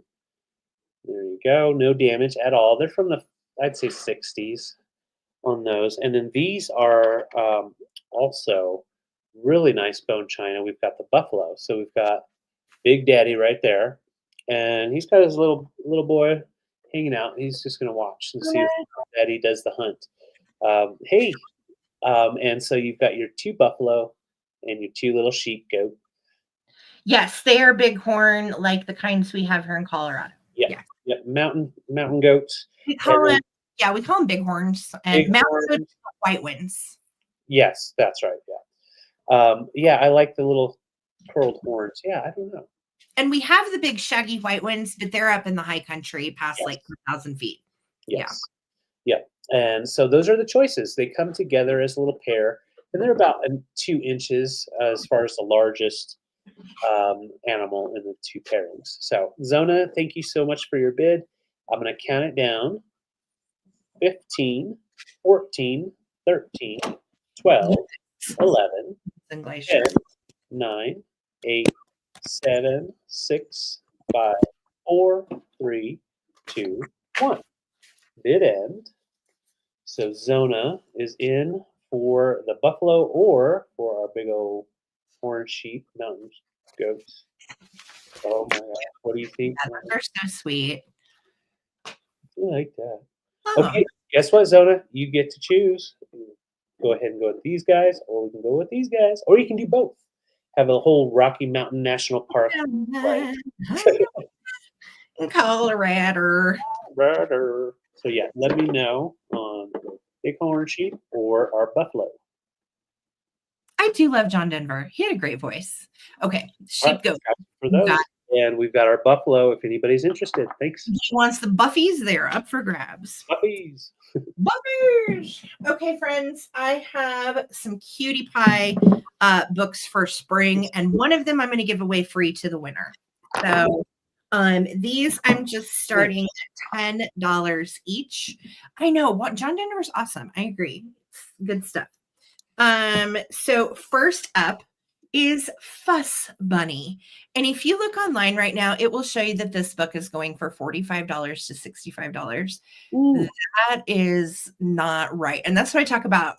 We joke about Google prices because somebody will just do a quick Google search and be like, this book is $65 and then grab it and then try to sell it for that. And then it doesn't sell.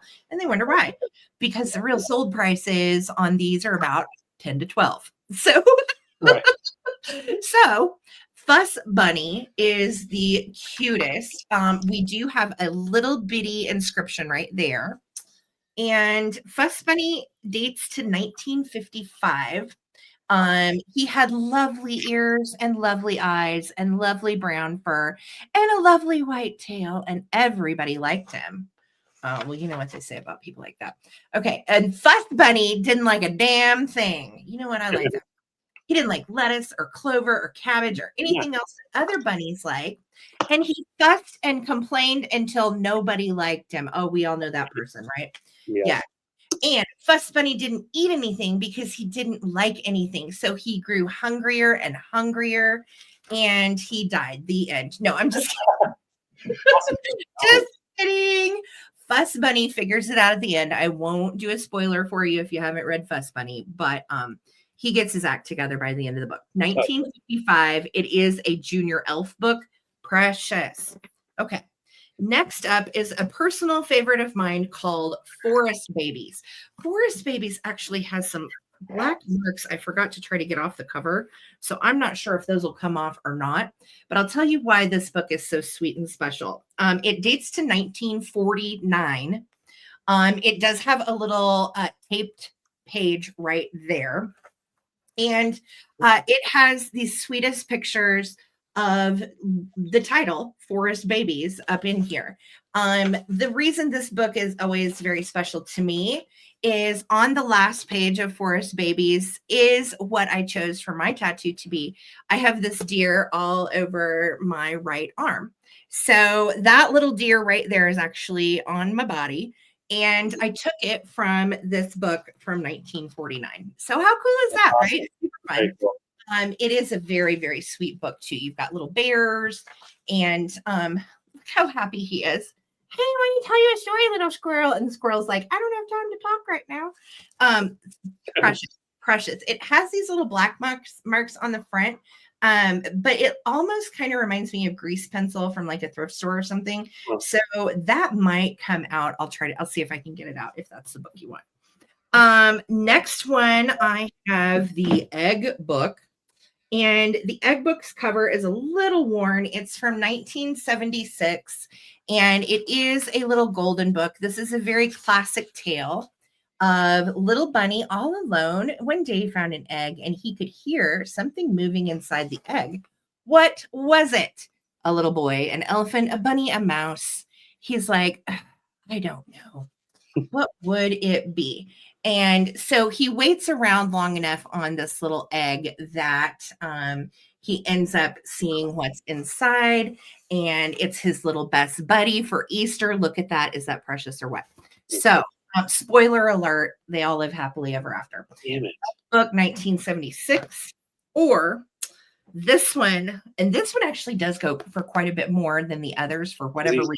He's naughty, that's why. He's a little turd. Yes, look at him. Naughty Bunny. And my guy is so ornery. He's sitting, I mean, who sits around with a hacksaw and a sailor outfit? He is up to serious no good.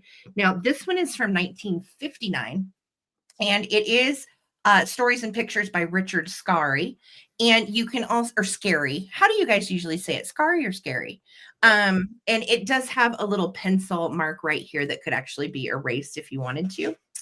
And this little bunny does some naughty stuff. You know what? There's so much writing in this book, I can't sell it. I just looked at it. I can't sell this. I'm going to give this one away.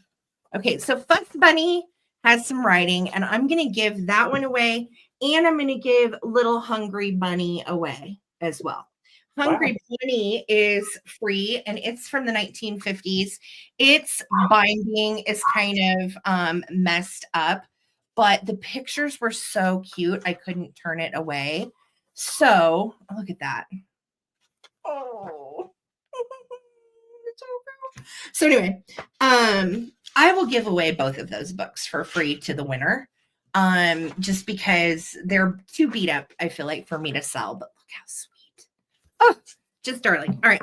So Naughty Bunny has been written in quite a bit. I did not notice that. And Hungry Little Bunny is going to be a freebie. All right. So here we go. You're bidding on either the Egg Book, Forrest Bibbis, or Little Miss Fuss Bunny.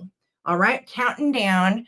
Coleman Richard Scary. Okay. That's what I thought. And I remember as a kid always saying Richard Scary. Then I was like, maybe we pronounced it wrong. I don't know. Anyway. Okay. 15, 14, 13, 12. Zona's in at 12. 11. No, wait. I'm sorry. 10. This is my last round. 10, 9, 8. No, it's not. 6, 5, 4, 3, 2, 1. I can't count. Woo. Been a long night. Bear with me. We're going a little long tonight, but that's just the way it goes sometimes. Yeah, that's just the way it goes. We had all those books. It was a book. Stay up all night. You need to go. These dogs are killing me. At 12. Thank you so much. Yeah, potato. I don't know. I know. Dogs are running me hard tonight. And winner chicken dinner is going to take both of these because they're adorable. Chickity bickity. So yeah. Just looking for a bid, and I did some bad counting. Okay, Zona, I think it's you. I'm waiting on a bid in from Lisa Girl. I have one more round after this. You're out of stuff, right? I have one more round, yeah. Okay, good. But I can always postpone this round for another. No, you're good. All right, so Zona, do you want the Egg Book, Fuss Bunny, or Forest Babies? And you are going to win these two for free. Okay. And then our Vuvu will be right after Zona. And then our Vuvu after Zona. Yay. And I think, was that everybody, babe? Yeah. Okay, cool. Yeah. All right, ladies. Zona and our Vuvu, just let me know what you want to do. Okay, Zona is taking Forest Babies and Fuss Bunny. And then she will get these two as well. So congrats, Zona. And then our Vuvu, do you want my golden egg book? And that is its original price sticker, 44 cents. So let me know for sure. Our Vuvu, no worries, no pressure. David has another round, and then I have one more round, and then we'll go into a recap. Okay. No worries, our Vuvu. Thank you. Okay, so we've got some playing cards. I'm starting these off at $10. I've got okay. So this one came open. I'm trying to keep all the cards in the box here. So bear with me. There we go. So these two are complete. They are complete card games. This one comes with 36 cards. This one comes with 40 cards, which they're supposed to come with. This one here is my third choice. This one is the Hearts game, and it comes with 44 out of 45 cards that came with it. So with that being said, I don't know which card's missing, but with the Whitman, that's why I have it a little bit lower in price. But you've got the Hearts information on how to play it. That's fun. On there. And then each card has your Whitman nice design on the back. And then they have the fun little characters. So you got monkeys, roosters, little bunnies, little cats, lions, tigers, bears, oh my, all the different things. Just really colorful, fun cards. So those are great to play with the kids. Once again, this one is just missing one card, and I don't know which one that one is, but it comes with its original box. and it's by Whitman with that little rooster on the front. And this was 1963. Thank you, Gail. I see your $10. Thank you. So that is the heart that is missing just the one card. The Chipmunks package here. This is from 1963 and done by what does that say? Educards. Educards, and you've got just a little bit of this lifted up, but it's still there, and have all the cards in there. I don't remember what game this one really is, but it has the instructions. Get the paper out. So the instructions are a little piece of paper, and it's not wanting to come out of the box. Okay, there we go. So this is the little instructions on how to play. Basically, rummy. Okay, so basically rummy, yeah. Basically rummy, and you've got it with all of the little characters, the chipmunks, and there's a balloon. Very collectible on these guys. Oh, I love Theodore, the baby with the little voice.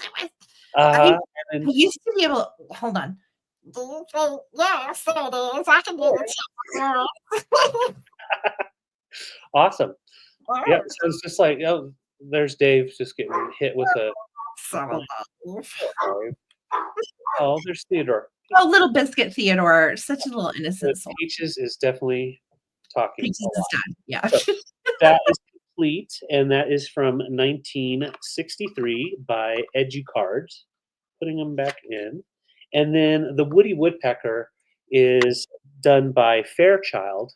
There's the brand up here, Woody Woodpecker. Love, that was my favorite cartoon as a little kid. And 1964, but no, that's the pig. Anyways, so then you've got, that's the backside of the cards, and then you've got classic Woody Woodpecker on each card. This one is complete, and I can't remember what this game was basically, but I'll show you the cards. Numbers on it. Yeah, I'll have to look, but it's another card game, not just regular old cards. And there's it's like Crazy Eights too. Kind of like and there's 40 cards total on that one. I want to say it had instructions. Yeah, me too. I know.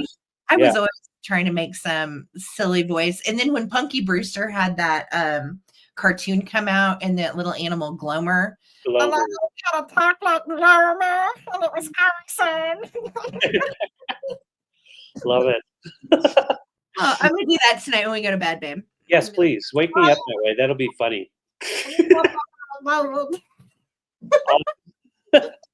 Yeah, Woody Woodpecker. We've got the rooster and of course the chipmunks. I mean, so fun, and they're all from the '60s, and the kids can play with them. So, Zona, thank you so much for your bid. I saw all your bids. We're counting them down at 15, 14, 13, 12, 11, 10, 9, 8, 7, 6, 5, 4, 3, 2, 1. Bid end. Thank you, guys. I like the chipmunks. You like them? I do. I think they're great. Oh. Right? You ever heard anyone pranking you late at night talking like that? It's me. Well, I'm here for it. I'll probably come back at you with something. So, our bid end. There it is. Thank you, Holly. And Gail, it's going to be going Gail and then Tesla. Don't want those cards to fall. So easy peasy. Gail, let me know if you want hearts, chipmunks, or Woody Woodpecker. Thank you guys so much. And then Tesla, you're going to be right after Gail. When I was younger, I could do it a lot better. It doesn't sound as good anymore. Yeah. There we go. Got you for those, Gail. Thank you. And then Tesla, let me know if you want those hearts with the roosters and other things. Okay, no worries, Tesla. Was there anyone else in? Zona. Zona. Okay. So Zona, let me know, or you can always put in pass on the hearts game. No worries. All right. Thanks, guys. Thank you, Gail. I remember I ruined my voice with whiskey. No worries. Thank you, Zona. And yeah, I will. Yeah. Okay. Okay, Trippy. Yeah. On our end, yes, Zona did have it first. Yes. You're right. Yeah. But Gail was first. Right. Okay. Thank you, guys. friends. So let me see. I think this is my last round. Babe, was that your last round? Yes. Okay. I don't know how we always end up to where we can't count towards the end, but it just goes like that some nights. Oh, yeah. My last round, I am starting at $15, and it is chalkware ladybugs. And I thought these were adorable. The first one is like an orangey, kind of an orangey gloss, with brown together. 15. No, that's not for choice. That is all, both of them coming as a set. They are chalkware, so they're ready to hang. And for those of you that might not know, chalkware is basically just plaster of Paris. And all of these little critters were made by chalkware, usually by Miller Studios. These are hobbyist pieces, I think. They don't have any markings on them, which makes me feel like, and they have like a little pink, kind of like some little pink accents, and then they're brown and they're ready to hang. Size wise, let's see here. They are 5 inches on the wall. So 5 inches tall by width of 4 inches. So 5 by 4. And then this one is red, and it's going to come with its little orange buddy. And they just look so cute together. And I thought, we had this entire insect theme tonight. Water nymphs, insects, Oz friends. And I thought, these little ladybugs are just awfully cute. So they're coming together, $15. They are vintage chalkware. This one, like I said, orange, brown, and pink. This one is red. And they would be cute on a vignette wall, kind of hanging together as well. And you're going to get them both for $15. Awesome. Going once, going twice. Yeah, not much to tell. Not a lot of history or provenance on these, other than they're just really cute. Cute. Yeah. They go with like downstairs we have a vintage bug thing going on, and I know some guys collect vintage bugs too. So if you are interested, here they are, 15 for the pair. They are cute as can be. Kimmy, I am going to do a quick countdown, honey, and we are going to then do our recap after this. Here we go. Tesla, I got you for this guy. You sure can, Tesla. It's a pretty one.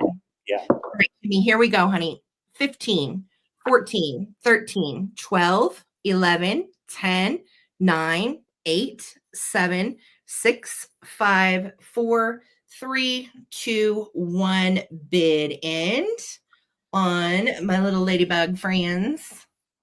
Yeah, they are super cute. Tesla, that's a great present. I hope she loves it. Let me know. Cool. Awesome. That's sweet.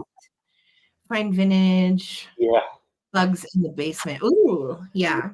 Not my favorite. All right, Kimmy, they are coming to you for 15, sweetie. Thank you so much. I'm writing that down.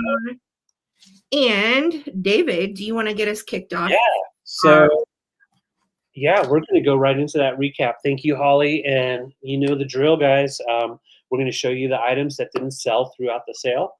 And we're going to tell you the item name and the price. Just enter that in. So if you don't mind, just making sure the price, amount, as well as the item name, something. So that way we make sure we get the right thing claimed for you. Thank you. So yeah, real easy. And if there's more than one person interested, we'll do a fast countdown. But this is basically like a quick claim. So let's start with this big guy. No breaking.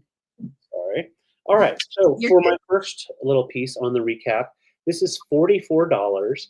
It is a really beautiful handmade piece with the butterfly in the middle. It is the papilio green banded swallowtail.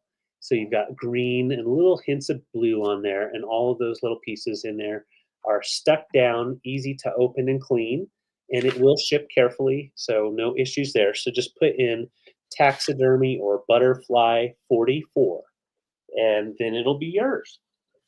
And it's nice, really nice. And the butterfly is like 3.5 inches big. Nice size. And then we also have this really nice Italian decanter. This is $24.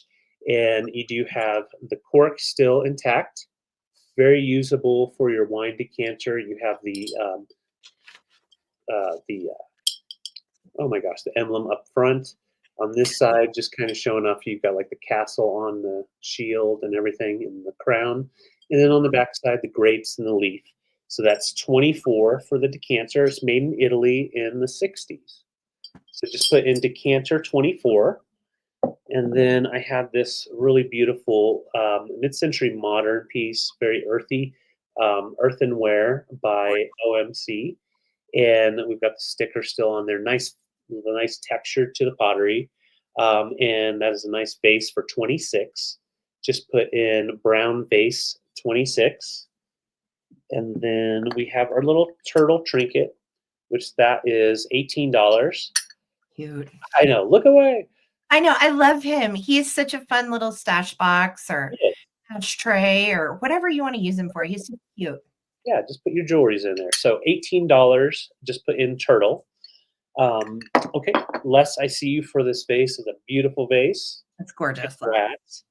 And then I have these little buffalo bone china pieces. They're coming together for 16. Bone china in Japan. Just put in buffalo 16. And then I had this little hummingbird with the flower, occupied Japan, for 15. Okay, Susan and Victoria, we're going to go on the turtle in just a second here. Has a little hairline repair. You can barely see it. So that's $15. Just put in hummingbird 15. And we're going to count this one down. So Susan, you're the first 18 in. 10, 9, 8, 7, 6, 5, 4, 3, 2, 1. Bid N on our slow little turtle. Okay, our Vuvu was first. So if nobody breaks the tie, it's going to be our Vuvu. Whoop, Victoria's back in at 20 on Turtle Friend. Let's see here. Oh, our Vuvu's at 25. Congrats. All right. Congrats, Susan. I got you at 25. Thank you. Thank you, friends. And that was everything. Oh, no. I also had at $10 this little 10-foot white tape measure by Evans. And then on here it says Carlson. So Evans and Carlson. That is $10. Just put tape measure 10. Okay, perfect. Thank you. All right, guys. Sorry, Sarah. I was totally wrong. I totally missed this. Go ahead. Can't forget this guy. This is beautiful. It might have to just go on our plate wall. I know. I was like, if it doesn't sell, I'm not sure. Yeah, really beautiful frit textured plate with that nice geometrical design. It's got the signature on the back from Italy, and it is $24. Just put in plate 24. And Victoria, I got you for a measuring tape. Thanks so much. And yeah, so this is 24. Just put in Italian plate 24. Perfect. Now that's everything for me. Okay, great. Awesome. Thank you. Thanks, guys. Okay, friends. Let's recap really quick. I had this precious, tiny Austrian little perfume chanteleur. And it is petite point needlepoint. Gold gild made in Austria, and it is glass. So you undo the little perfume dropper, and you can see this is like a little tiny blown glass stick, and you dab, dab, dab, dab. Tiny, precious piece. $48. These start at about 65. So 48 on the little Chantelane perfume bottle with the gold gilt filigree from Austria. Okay. And then I had these celluloid brooches. This one has problems with closure. So I will just do this one for 10. And this one is Occupied Japan, and it is 18. Okay. So do Snow White 18 if you would like that one. We know that's between 45 and 52. And you can just do 10 on the bird with the little pin that the clasp is missing a little piece of plastic right there. Okay, so do 10 bird if you would like him. And then I had the egg book left for 10. I'll do it for 8 if anybody's interested, from 1976. The egg book, cute to read at Easter time or anytime in spring. So the egg book would be 8. And then let's see. Oh, I had hard to find water babies. 1950s kitsch piece made by Royal Elegance in Japan. You will not find this anywhere else. I was asking 60. It is going to go to eBay if nobody wants it here, and it'll probably start around 75 on eBay. So if you want it, grab it at 60. Otherwise, I am going to throw it and list it elsewhere. These are water babies. You can see the lily pads, and they are little water nymphs, and you can see their little wings, 22 karat gold. And we do have our Royal Elegance sticker on the back, $60 on the rare kitsch. And then I had my art piece for 90. And again, these go for quite a bit more than that. This is framed, and it is signed by French-American artist Judith Bledsoe. It is a signed litho 143 of 250. And it is called Cats at Sea, made between 1968 and 1975. Famous mid-century artist. She died in 2013, so it is more valuable. $90, Cats at Sea signed, if you are interested. Okay. Otherwise, that stuff is going to eBay. You guys, what a fun night. Thank you so much for all of the love. And yeah, just an amazing night full of cool stuff. Thank you for appreciating all of our fun finds. I hope you had a good night in Oz and were able to follow your yellow brick road. Sister's gonna kick, but I didn't get water babies. Oh no. Well, if she decides that she wants it later, Victoria, I'll still do it for 60 for you. So otherwise I probably will throw it on eBay tomorrow. Thank you guys, yes, for shopping small business, and of course Mod Squad. Couldn't do it without you. Lisa and Holly, thank you for rocking the bid ins. Thank you, Victoria and Phil and Amy. I could not do what we do weekly without the help of my entire Mod Squad team, so thank you guys. Yes, Wednesday night we will have Uniquely Rochelle here on my channel. Looking forward to that. She's bringing some really cool stuff. We're going to have fun. And she's a great personality. So we are going to have a fun little sale with Rochelle and David and I Wednesday night, same normal time, 5 p.m. Pacific and 8 p.m. Eastern. And remember, if you purchase something tonight, it will combine with anything you might have purchased on Wednesday for a combined invoice, a shipping savings for you, and the invoices will go out tomorrow. Okay. So yes, cheers. Thank you, Tesla. Thank you everybody for the good wishes and such a fun night. Thank you for supporting small business and getting us to over 100 thumbs up, as well as subscribing to Junk Drunk Mantiques and the traveling button. So Tiff said, read us a bedtime story. Girl, come on over. I'll read you one. I'll get out. You know what? We've got the egg book left, Tiff. So we got some puppets too. So we'll tuck you in the guest bedroom and read you a story. All right. Thank you guys again for the support for small business. Remember, we do have an eBay shop and a merch shop if you like our designs, which are vintage. The links to those are in the description of the video. Check it out if you get a chance. And remember to join our Facebook group. It's fun. We are almost to 300 members over there. I can't believe it. So definitely join our Facebook group. And it's just a fun place to post silly vintage stuff and pet stuff and keep it light throughout the week and keep up with each other. So anyway, guys, have a great week. I hope this was a fun start to your Sunday night. David, do you have anything? Have I forgotten anything? I think you hit it. Yeah, just total appreciation. Thank you guys so much for being here and hanging with us. It's gone to almost 9:30 our time. It doesn't feel like we've been here for more than like 2.5 hours. So it goes by fast. It does. Time flies when you're having fun, and it's great hanging out with you guys. We will see you Wednesday night with Rochelle, and yay. So thank you guys again. Peace, love, and vintage. Have a great week. And if you need anything, you know, you can email us here at ttbsarahc@gmail.com if you have any questions or concerns. All right. Have a great night. Peace, love, and vintage. We'll see you next time. Good night, Sue. Night, Victoria. Night, friends. Night, Tiff. Thank you. Love you.